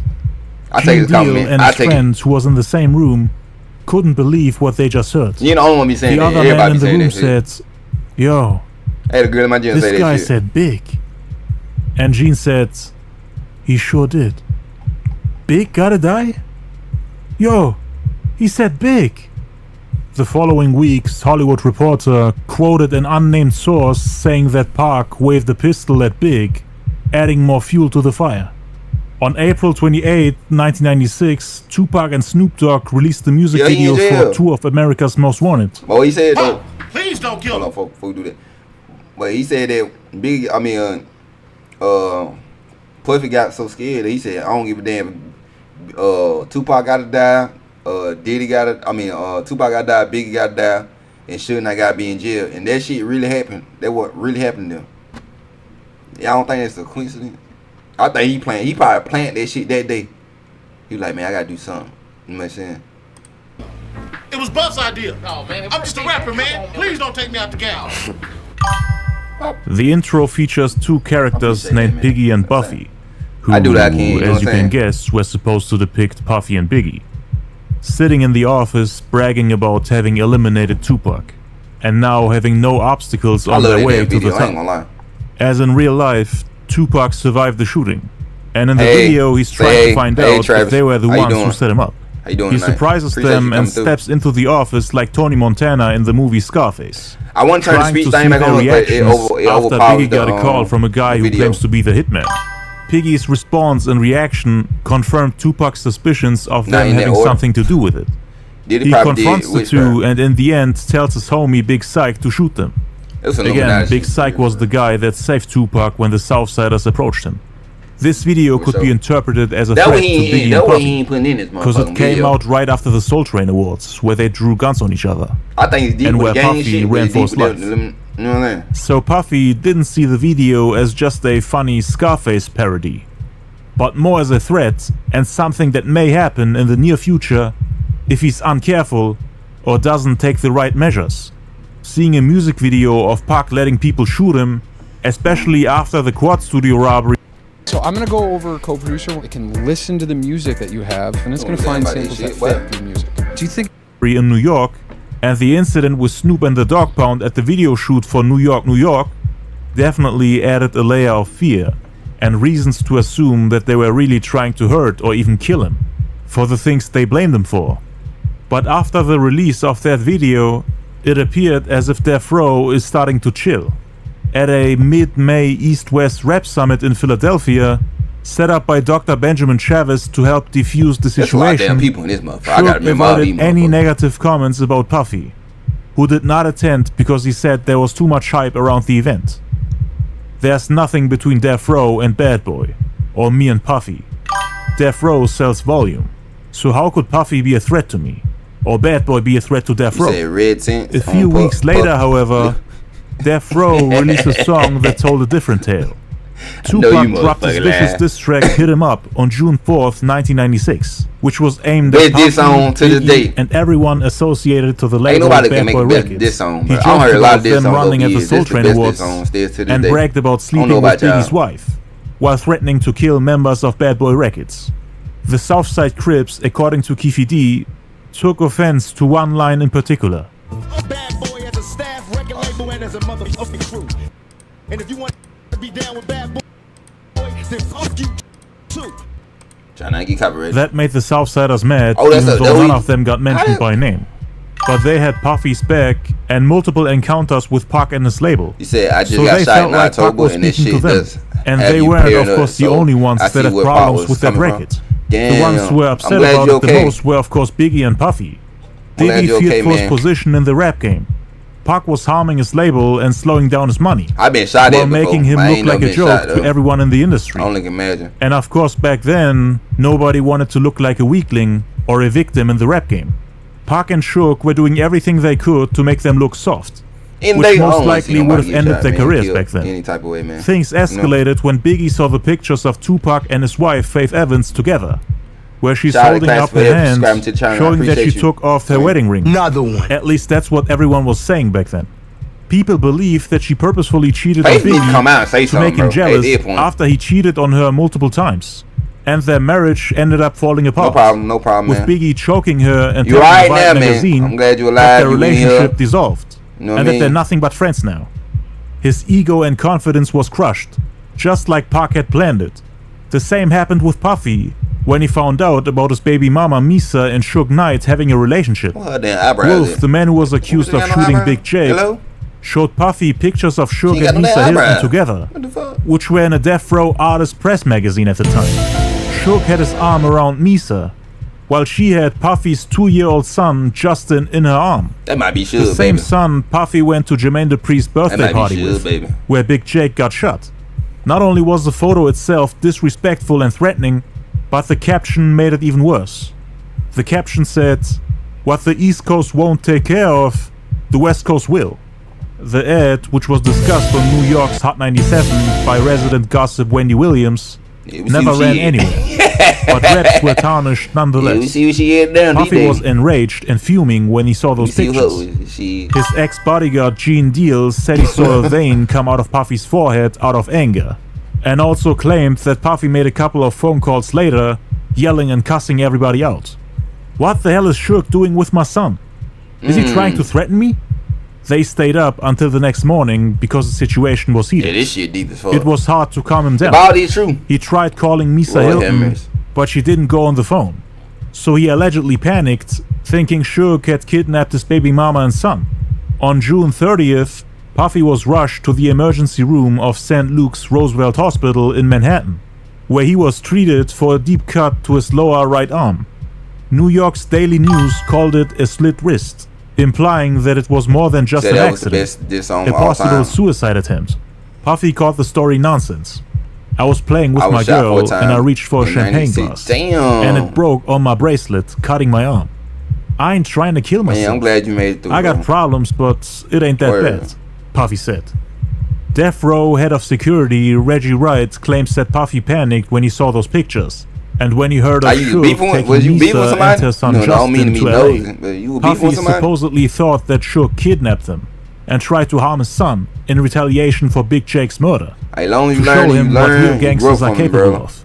Puffy's mother hysterically called the officers of Death Row to ask and beg them to return her grandson, meaning Puffy's firstborn, Justin Combs. Damn. She allegedly told them that Puffy tried to commit suicide by cutting his wrist while he was drunk. The Bad Boy Camp later denied that the cuts came from a suicide attempt, saying that it was just an accident. Misa Hilton wasn't on good terms with Puffy at the time, so she allegedly laughed it off. Why she ain't saying, come out yet? She's still alive. alive. N-word really tried to kill himself. She's still alive. While she was in LA spending time with Suge. Damn, she was having a good time and sleeping around, while the father of her son had a mental breakdown and tried to take his own life. Misa then went back home after a week or two when Suge was done using her and the situation cooled down.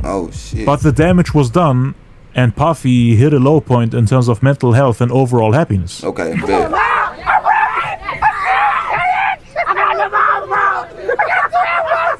got holes. I think Biggie face. Damn. So it is true. Biggie here.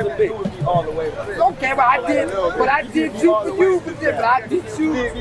You told me puppy bitch, so I did it for you. Pac and Suge were playing mind games, trying to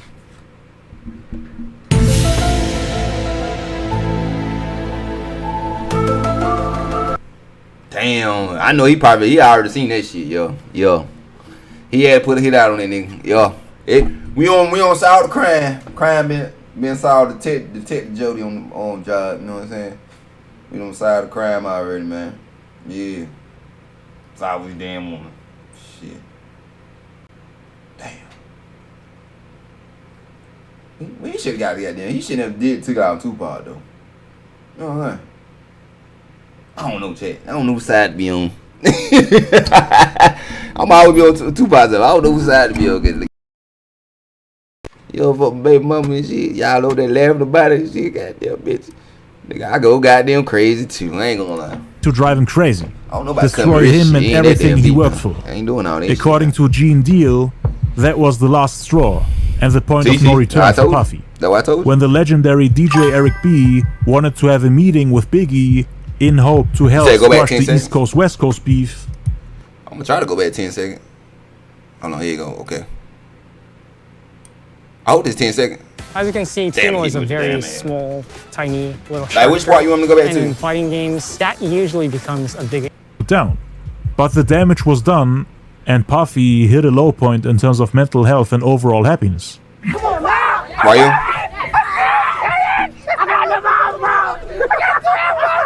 I got holes. I think Biggie face. Biggie here, man. Biggie here. Okay, but I did you for you, but I did you. You told me puppy bitch, so I did it for you.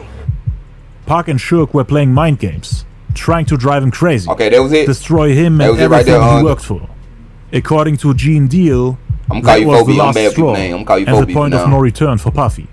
When the legendary DJ Eric B wanted to have a meeting with Biggie in hope to help squash the East Coast West Coast beef, Puffy didn't want any part of a truce meeting, even though months prior at the Source Awards, he was saying that the East Coast West Coast beef needs to stop. I would like to say that I'm very proud of Dr. Dre, of Death Row, and before y'all fuck this bitch and shit. And all this East and West that need to stop. No, that shit hit your soul. In interviews, he seemed exhausted and made it seem like he's ready to end the beef. Hey, I'm ready for it. That's why he did catch it like that for real. Cause he got them ended. I'm ready for it to be out of my. Know what I'm saying? That's why he probably treated Cassie like that.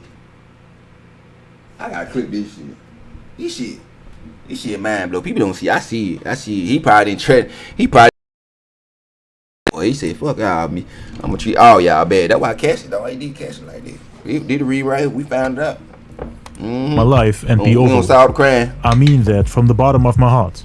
I just hope it can end quick and in a positive way, because it's gotten out of hand. Puffy wanted his revenge, but didn't know how to get it without potentially ruining his business and reputation as a serious and noble label boss. In interviews, he was all positive and peaceful, making it seem like he's ready to just shake hands and end the beef. But behind the scenes, he was pulling strings. While rejecting peacemaking efforts from people that are close to both sides, or from respected leaders like Farrakhan, who were known to solve problems, squash beefs, and make peace. It was important for him to look like a saint. Oh yeah, we gotta do Diddy and Mace too. Him and Shook were very different individuals. We're gonna do Diddy and Mace Shook too. didn't care about getting labeled as a villain, bully, tyrant, terrorist, gang member, or bad guy in general. Puffy, on the other hand, always wanted to look like the good guy. Even though he did a lot of bad things behind the scenes. Overall, he cared more about his public image. But his hatred for Suge and Pac made him do the unthinkable. One night, Puffy invited Von Zip and Keefe D to come meet him at Greenblood's Deli and Fine Wines on Sunset, which is in LA. This was around the time when Puffy was too scared to do shows in LA, thinking he might get ambushed or confronted by Pyro members. Damn, he was really scared after that incident at the Soul Train Awards where he ran for his life. He saw how many people Shook had with him, and was intimidated by their presence. Puff wasn't used to seeing that many gang members on one spot. He had something like a culture shock when he came to the West Coast, cause he didn't know much about gang culture. That's again why Puffy went and reached out to the Southside Crips, to increase the friction between both camps. He also wanted the Crips to take care of Pac and Shook, according to Keefe D himself, who again was one of the people in the car when they shot Tupac in Vegas. And according to him, this meeting at Greenblood's Deli and Fine Wines in LA was one of the key reasons why they came after them. The restaurant sat between a strip club and the Laugh Factory on Sunset Boulevard. Keefe D came in through the back entrance and started smoking weed on the back patio. Zip and Puffy were double dating that night. The two girls they were dating were cousins. The one that came as a tag-along for Puffy was from Keefe D's neighborhood. So all the Southside Crips knew her. She had a bad reputation of being loose. But Puffy didn't know that. Keefe D and the other Crips were laughing because Puffy was all hugged up and kissing her, without even knowing what type of girl she was back in the hood. A few people from Keefe D's entourage went downstairs to place an order. Keefe D ordered a pastrami sandwich and added, "Give me a couple of those Tattinger Rosé." Puffy waved them over to step to the side with him. "I need to speak with you, big dog." They stepped off to the side where they were able to speak privately. According to Keefe D, he could smell and see Puffy's fear, like a lion on the Serengeti. "What's up?" he asked. "I have a couple of problems I need to be handled. Big CEO and Pac." Puffy was scared to death after Tupac made those threats on Hit 'Em Up, especially the part about him killing his kids.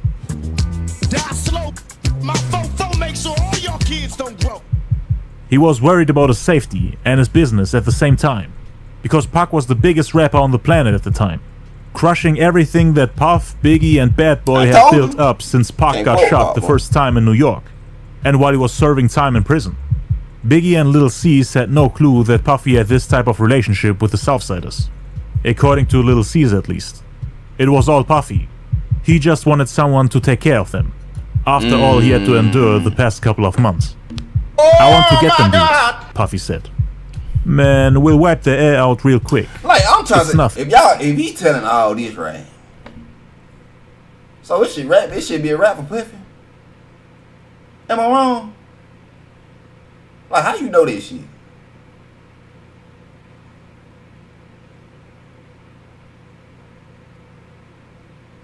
Did he tell that shit in the interview or something?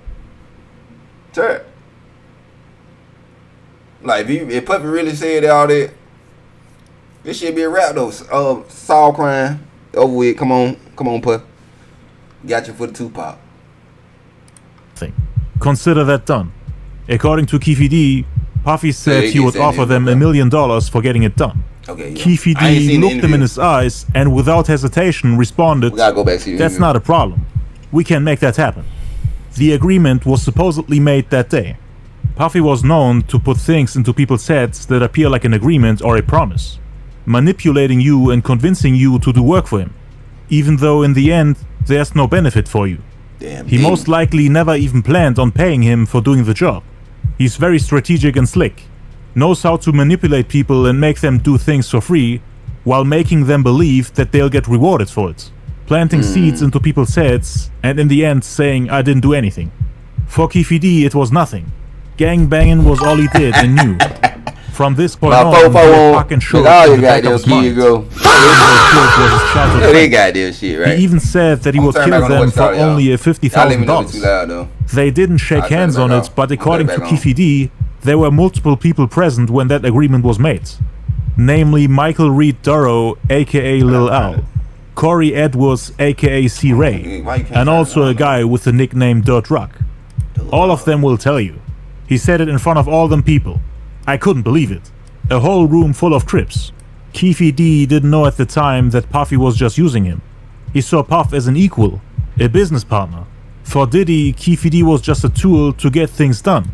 When he got what he wanted and had no more use for him, he threw him away and moved on. Keefe D tried to keep the promise and agreed to get things done, thinking both sides have an agreement and won't break their word. He didn't even think that Puffy would later distance himself from him while denying that the two had a conversation or even a relationship. He had made similar statements about him wanting Pac and Shook killed a few months prior when Puff and Keefe D went to a party at a hotel after a concert in Anaheim. So it wasn't the first time that he asked them to take them out. Puffy wanted them dead at all costs. Solicitation for murder is obviously a crime, and people have debated on whether Puffy's statements could be labeled as such, or if it's just him being scared, exaggerating and rambling about what they could do to escape a real life or death situation. Because it was that serious. People were getting shot and killed on both sides.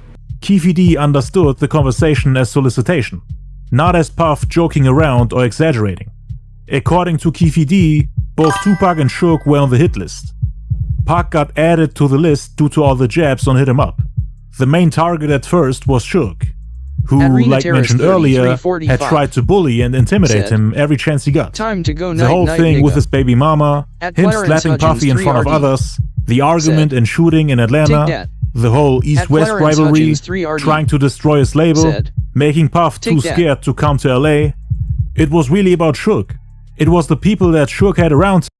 Picked a great main, but your voice doesn't quite match it? We have a fix. VoiceMod gives you over 150 lag-free, real-time voice changers and unlimited soundboards.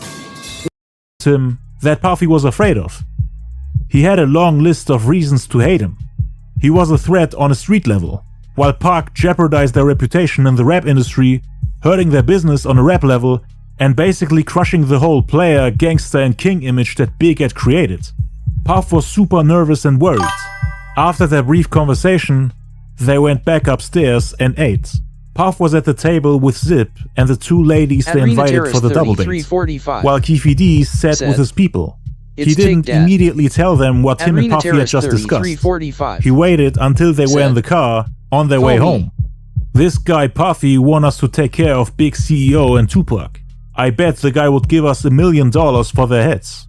A few days later, in July of '96, there was another turning point for the feud between the Southsiders and the Mob Piru. An altercation took place in the Foot Locker store at the Lakewood Mall in Lakewood, California, which involved a group of Southside Crips and several Mob Piru members, including Death Row associate Trayvon Lane, who got assaulted by the Crip Orlando Anderson. According to Orlando's uncle Keefe D, Trayvon Lane initiated the fight along with the two other people that were with him, which were Kevin Woods and Maurice Combs, aka Lil Mo, whose mom was actually from the neighborhood of the Southsiders, but her son later became a Blood. They supposedly approached Orlando, who was standing there alone, and they started to press and insult him, while he himself was looking for new shoes to buy. A few moments later, Orlando's homies came. He had around 8 Southside Crips with him. Trayvon and his friends got distracted by them coming in their direction, and them yelling from a distance.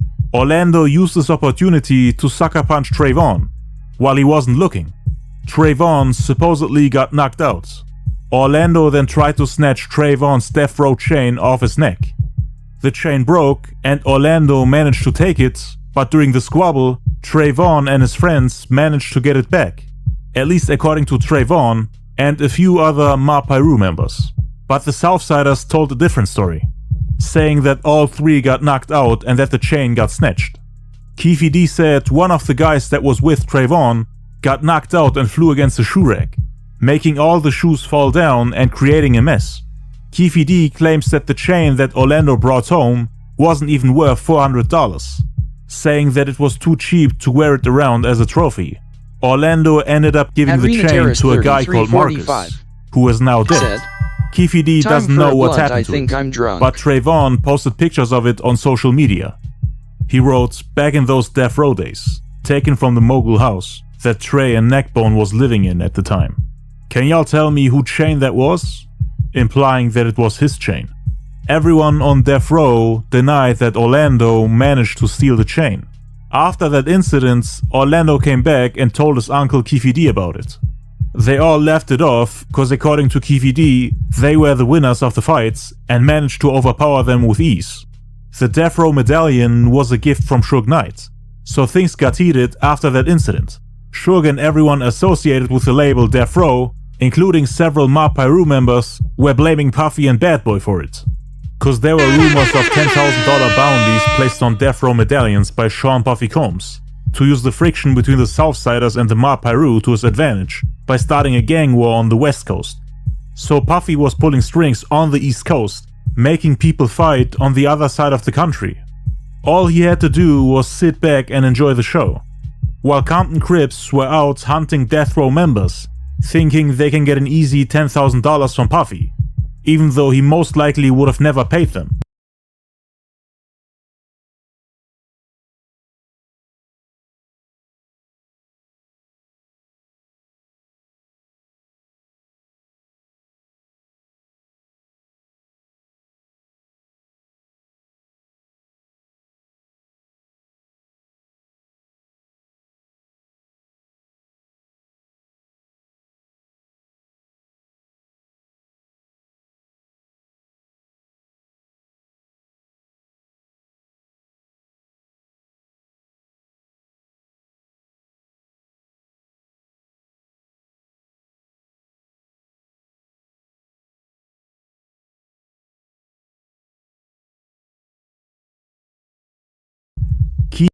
Okay, if there's one AI site builder you need to meet, it's this dope tech from Wix. Keefe D, on the other hand, said that he didn't even said, "I can't hear you."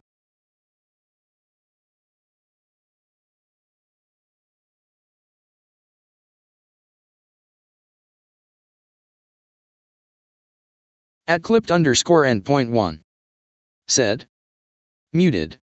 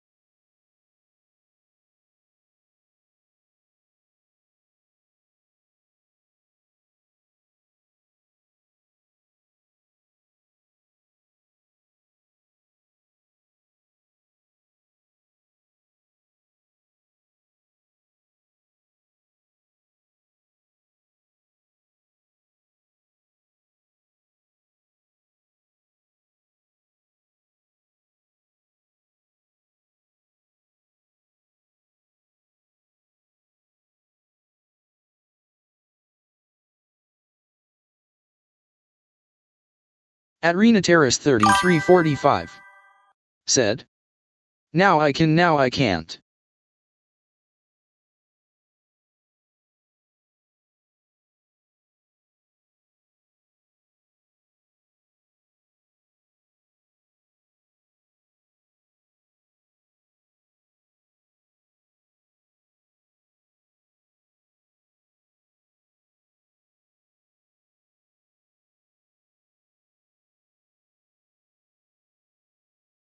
Shit, my shit plugged out. Damn! My damn mic was plugged out.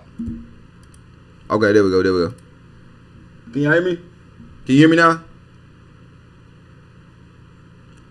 Hey, Colis? I'm just calling you Colis. I'm bad at people's name. My mic was plugged out, y'all. Okay, thank you. Appreciate it. Appreciate that clip. I appreciate it.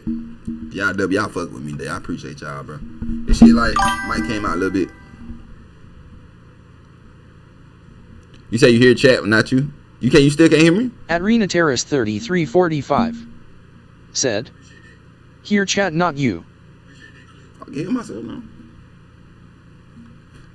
What about now? Can you hear me now? Huh.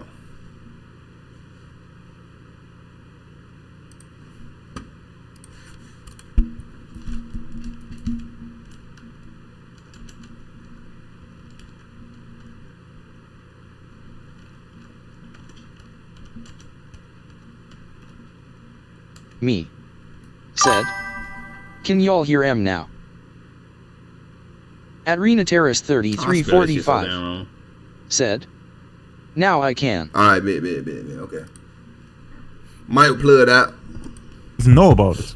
The cops were never able to find the source of those rumors, or anyone that was there when Puffy made that type of agreement. I gotta look on my phone. So they couldn't do anything about it. They couldn't track it down and find a witness saying, "I was there when Puffy offered us this and that amount of money for getting one of those chains." But that was the understanding on the streets.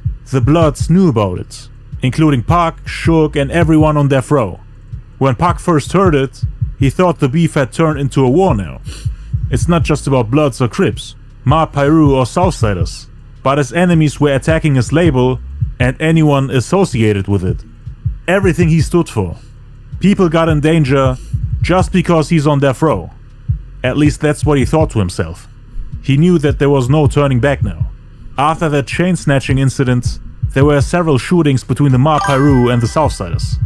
The people from death row thought it was extremely disrespectful and provocative. To most people in the industry, it was just a regular rap beef, but the whole feud involved gang rivalries, multiple shootings, bounties put on people's heads, threats, verbal and physical assaults, things that are poorly documented and barely spoken about due to the code of the streets. They were playing mind games on each other, playing dirty, hitting people where it hurts the most, from every angle possible, and Puffy was the first to fold under the pressure. The first one who actually wished death on the other side, and supposedly put out a hit on the leaders of the opposite side. The people on death row were fully aware of that. Suge, Reggie Wright, and Mob James knew that bounty hunters from all around the US were coming for them. For death row and members of the Mob Piru gang, it was decided that the next time they see Orlando, that it was on. And unfortunately, the next time was in Vegas, at the MGM Grand, when Pac was present. Suge met Keefe D again before that happened, at the House of Blues. So Keefe didn't jump at him the first chance.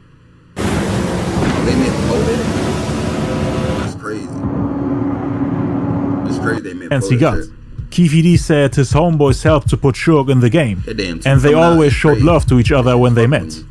He said Puffy pitted Suge and him against each other, knowing that it's rather easy to start a conflict between the Crips and Bloods. He would have never went at Suge if Puffy hadn't asked him.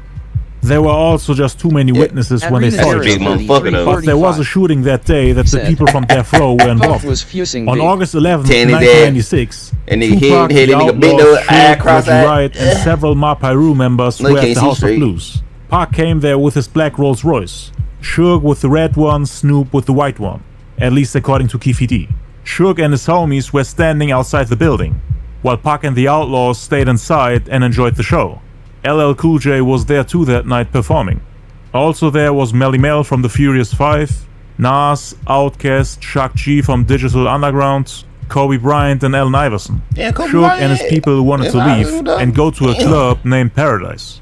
Right when Suge got to his red Rolls Royce, he saw Keefe D and about 40 Crips in the distance. Most of them Southsiders. Pac didn't see any of them that day. He was inside the House of Blues speaking to Nas about the East Coast-West Coast war. When Suge saw Keefe D, who just wanted to get inside the House of Blues, he more or less stopped him by yelling and greeting him. "Keefe D, what's up, dog? What's crackin'?" The Crips there were making fun of Keefe D for being friends with Suge. "Oh look, it's Keefe's boy!" Suge then told him that it's dead in there. and to come hang out with him over at the Club Paradise in Hollywood, which is a few miles away from the House of Blues.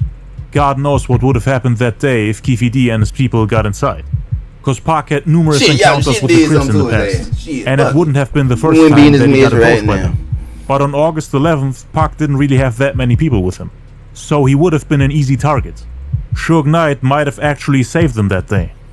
They all jumped in their cars and followed Suge's Rolls Royce. So they all got there, and Suge was now driving with Big D around the Club Paradise, talking about the East Coast West Coast beef while sitting in the Rolls Royce. Big D wanted to set up a meeting with Puffy and Suge to squash the beef, which Puffy later declined. They then got out at a gas station next to the club. Suge, his homies Bontree, Neckbone, and Trayvon Lane, along with Big West and Diamond, were now standing in a circle talking. And all of a sudden, two people walked right through them. Right through the circle, that damn image in my instead of going around like everyone else would have done. Their intention might have been to start firing at them while they were in the middle of the circle. But Suge and his people immediately noticed that something was wrong and tried to make space, breaking up the circle. As soon as the two got 6 to 7 feet away from them, they turned around and started shooting. Around 5 bullets were fired, and Diamond got hit in the leg. Head of security Reggie Wright wasn't standing in that circle, but was close. So he started chasing the two by opening fire. Reggie Wright, Bontree, and Neckbone chased them down the alley right behind the gas station and shot back. Reggie wasn't sure if they had killed somebody that day, because they had fired a lot of bullets in their direction before they managed to escape. Suge also chased the two with his red Rolls Royce. According to Keefe D, Suge's car got shot up from both sides, but Reggie Wright denied it. Suge thought the attackers might have been Southsiders, and they also thought that the people working at... I'm gonna stop it right here. This long ass documentary, I ain't gonna lie. I'm gonna say this documentary. We're gonna continue tomorrow. Y'all let me know y'all want... You know, I usually stream 1 p.m. tomorrow, but I might do it 11 p.m. Or y'all want me to stream around this time, 11 p.m. Just let me know real quick if I get off stream. Y'all want me to do it at 1 p.m. tomorrow? Start stream? Or y'all want me to do 11 p.m.? Let me know, because I want to be on y'all time. So we come in and continue this documentary we got to finish. It's a long... Look at how long this shit is. Yeah, damn. But I'm gonna go, after I get off stream, I'm gonna drop some more shorts for y'all. Y'all let me know what time. Real quick. Y'all want me to pull up tomorrow. Y'all pull up the stream tomorrow, man. You know what I'm saying? So we can get back on, man. At Javier X4B said, "Oh, face with open mouth." At Rena Terrace 3345 said, It's but at 1 a.m. here. Yeah, it's 1:54 right now. You know what I'm saying? Yeah, but PM though. I get on. I usually on weekends. I really stream on Saturday and Sunday. Or we can wait till nighttime, cause I stream games. I might just stream games at 1 p.m. Just come like 5 p.m. something like that. Y'all let me know though. What time y'all want me to stream on for y'all? Make sure y'all on. We gonna continue this and we gonna get into some other shit. Cause we gotta do big. We should start on. We should do Dr. Dre and them too. We gonna finish that. We gonna finish tomorrow. We gonna finish this up. Then we gonna do Dr. Dre, Snoop Dogg, Easy. That's what I'm thinking. All right. At Rena Terrace 3345 said, "Well, same time then." Same time then? Okay. Okay, well, I see y'all tomorrow at 11 p.m. Y'all make sure y'all be tuned in. Notifications on. Boom. If y'all see me on earlier, I'm probably streaming games. I don't know if y'all watch gaming streaming. At Rena Terrace 3345 said, well, y'all make sure y'all show me love, man. I appreciate y'all coming in, man. I had fun with y'all, man. Y'all really made my night tonight, man. I never had so many people watch me on streaming before, so y'all really made y'all legendary. Y'all the goats. And I hope y'all had At Rena Terrace 3345 said, "Stay you boo." You said stay you boo? I appreciate you. You better be in the stream tomorrow. 11 p.m. 11 p.m. man. I will be back on. But I will be streaming at 1 p.m. y'all. But it's gonna be gaming. So if y'all want to come in, tune in, say hey. No, I don't. I'll probably be like be doing some Dead by Daylight. But if y'all want to come in, say hey, then that's cool. But 11 p.m. we are gonna be back on this. Thank y'all so much, man. I appreciate y'all. I will be. I'm gonna drop some more shorts. I'm gonna get off and drop like 2 more shorts. Then yeah, appreciate y'all. Till next time. Terrace 3345 said, "You will? I will. Okay, I got you. I got you down. Thank you so much for coming in. Thank y'all, bro. All right,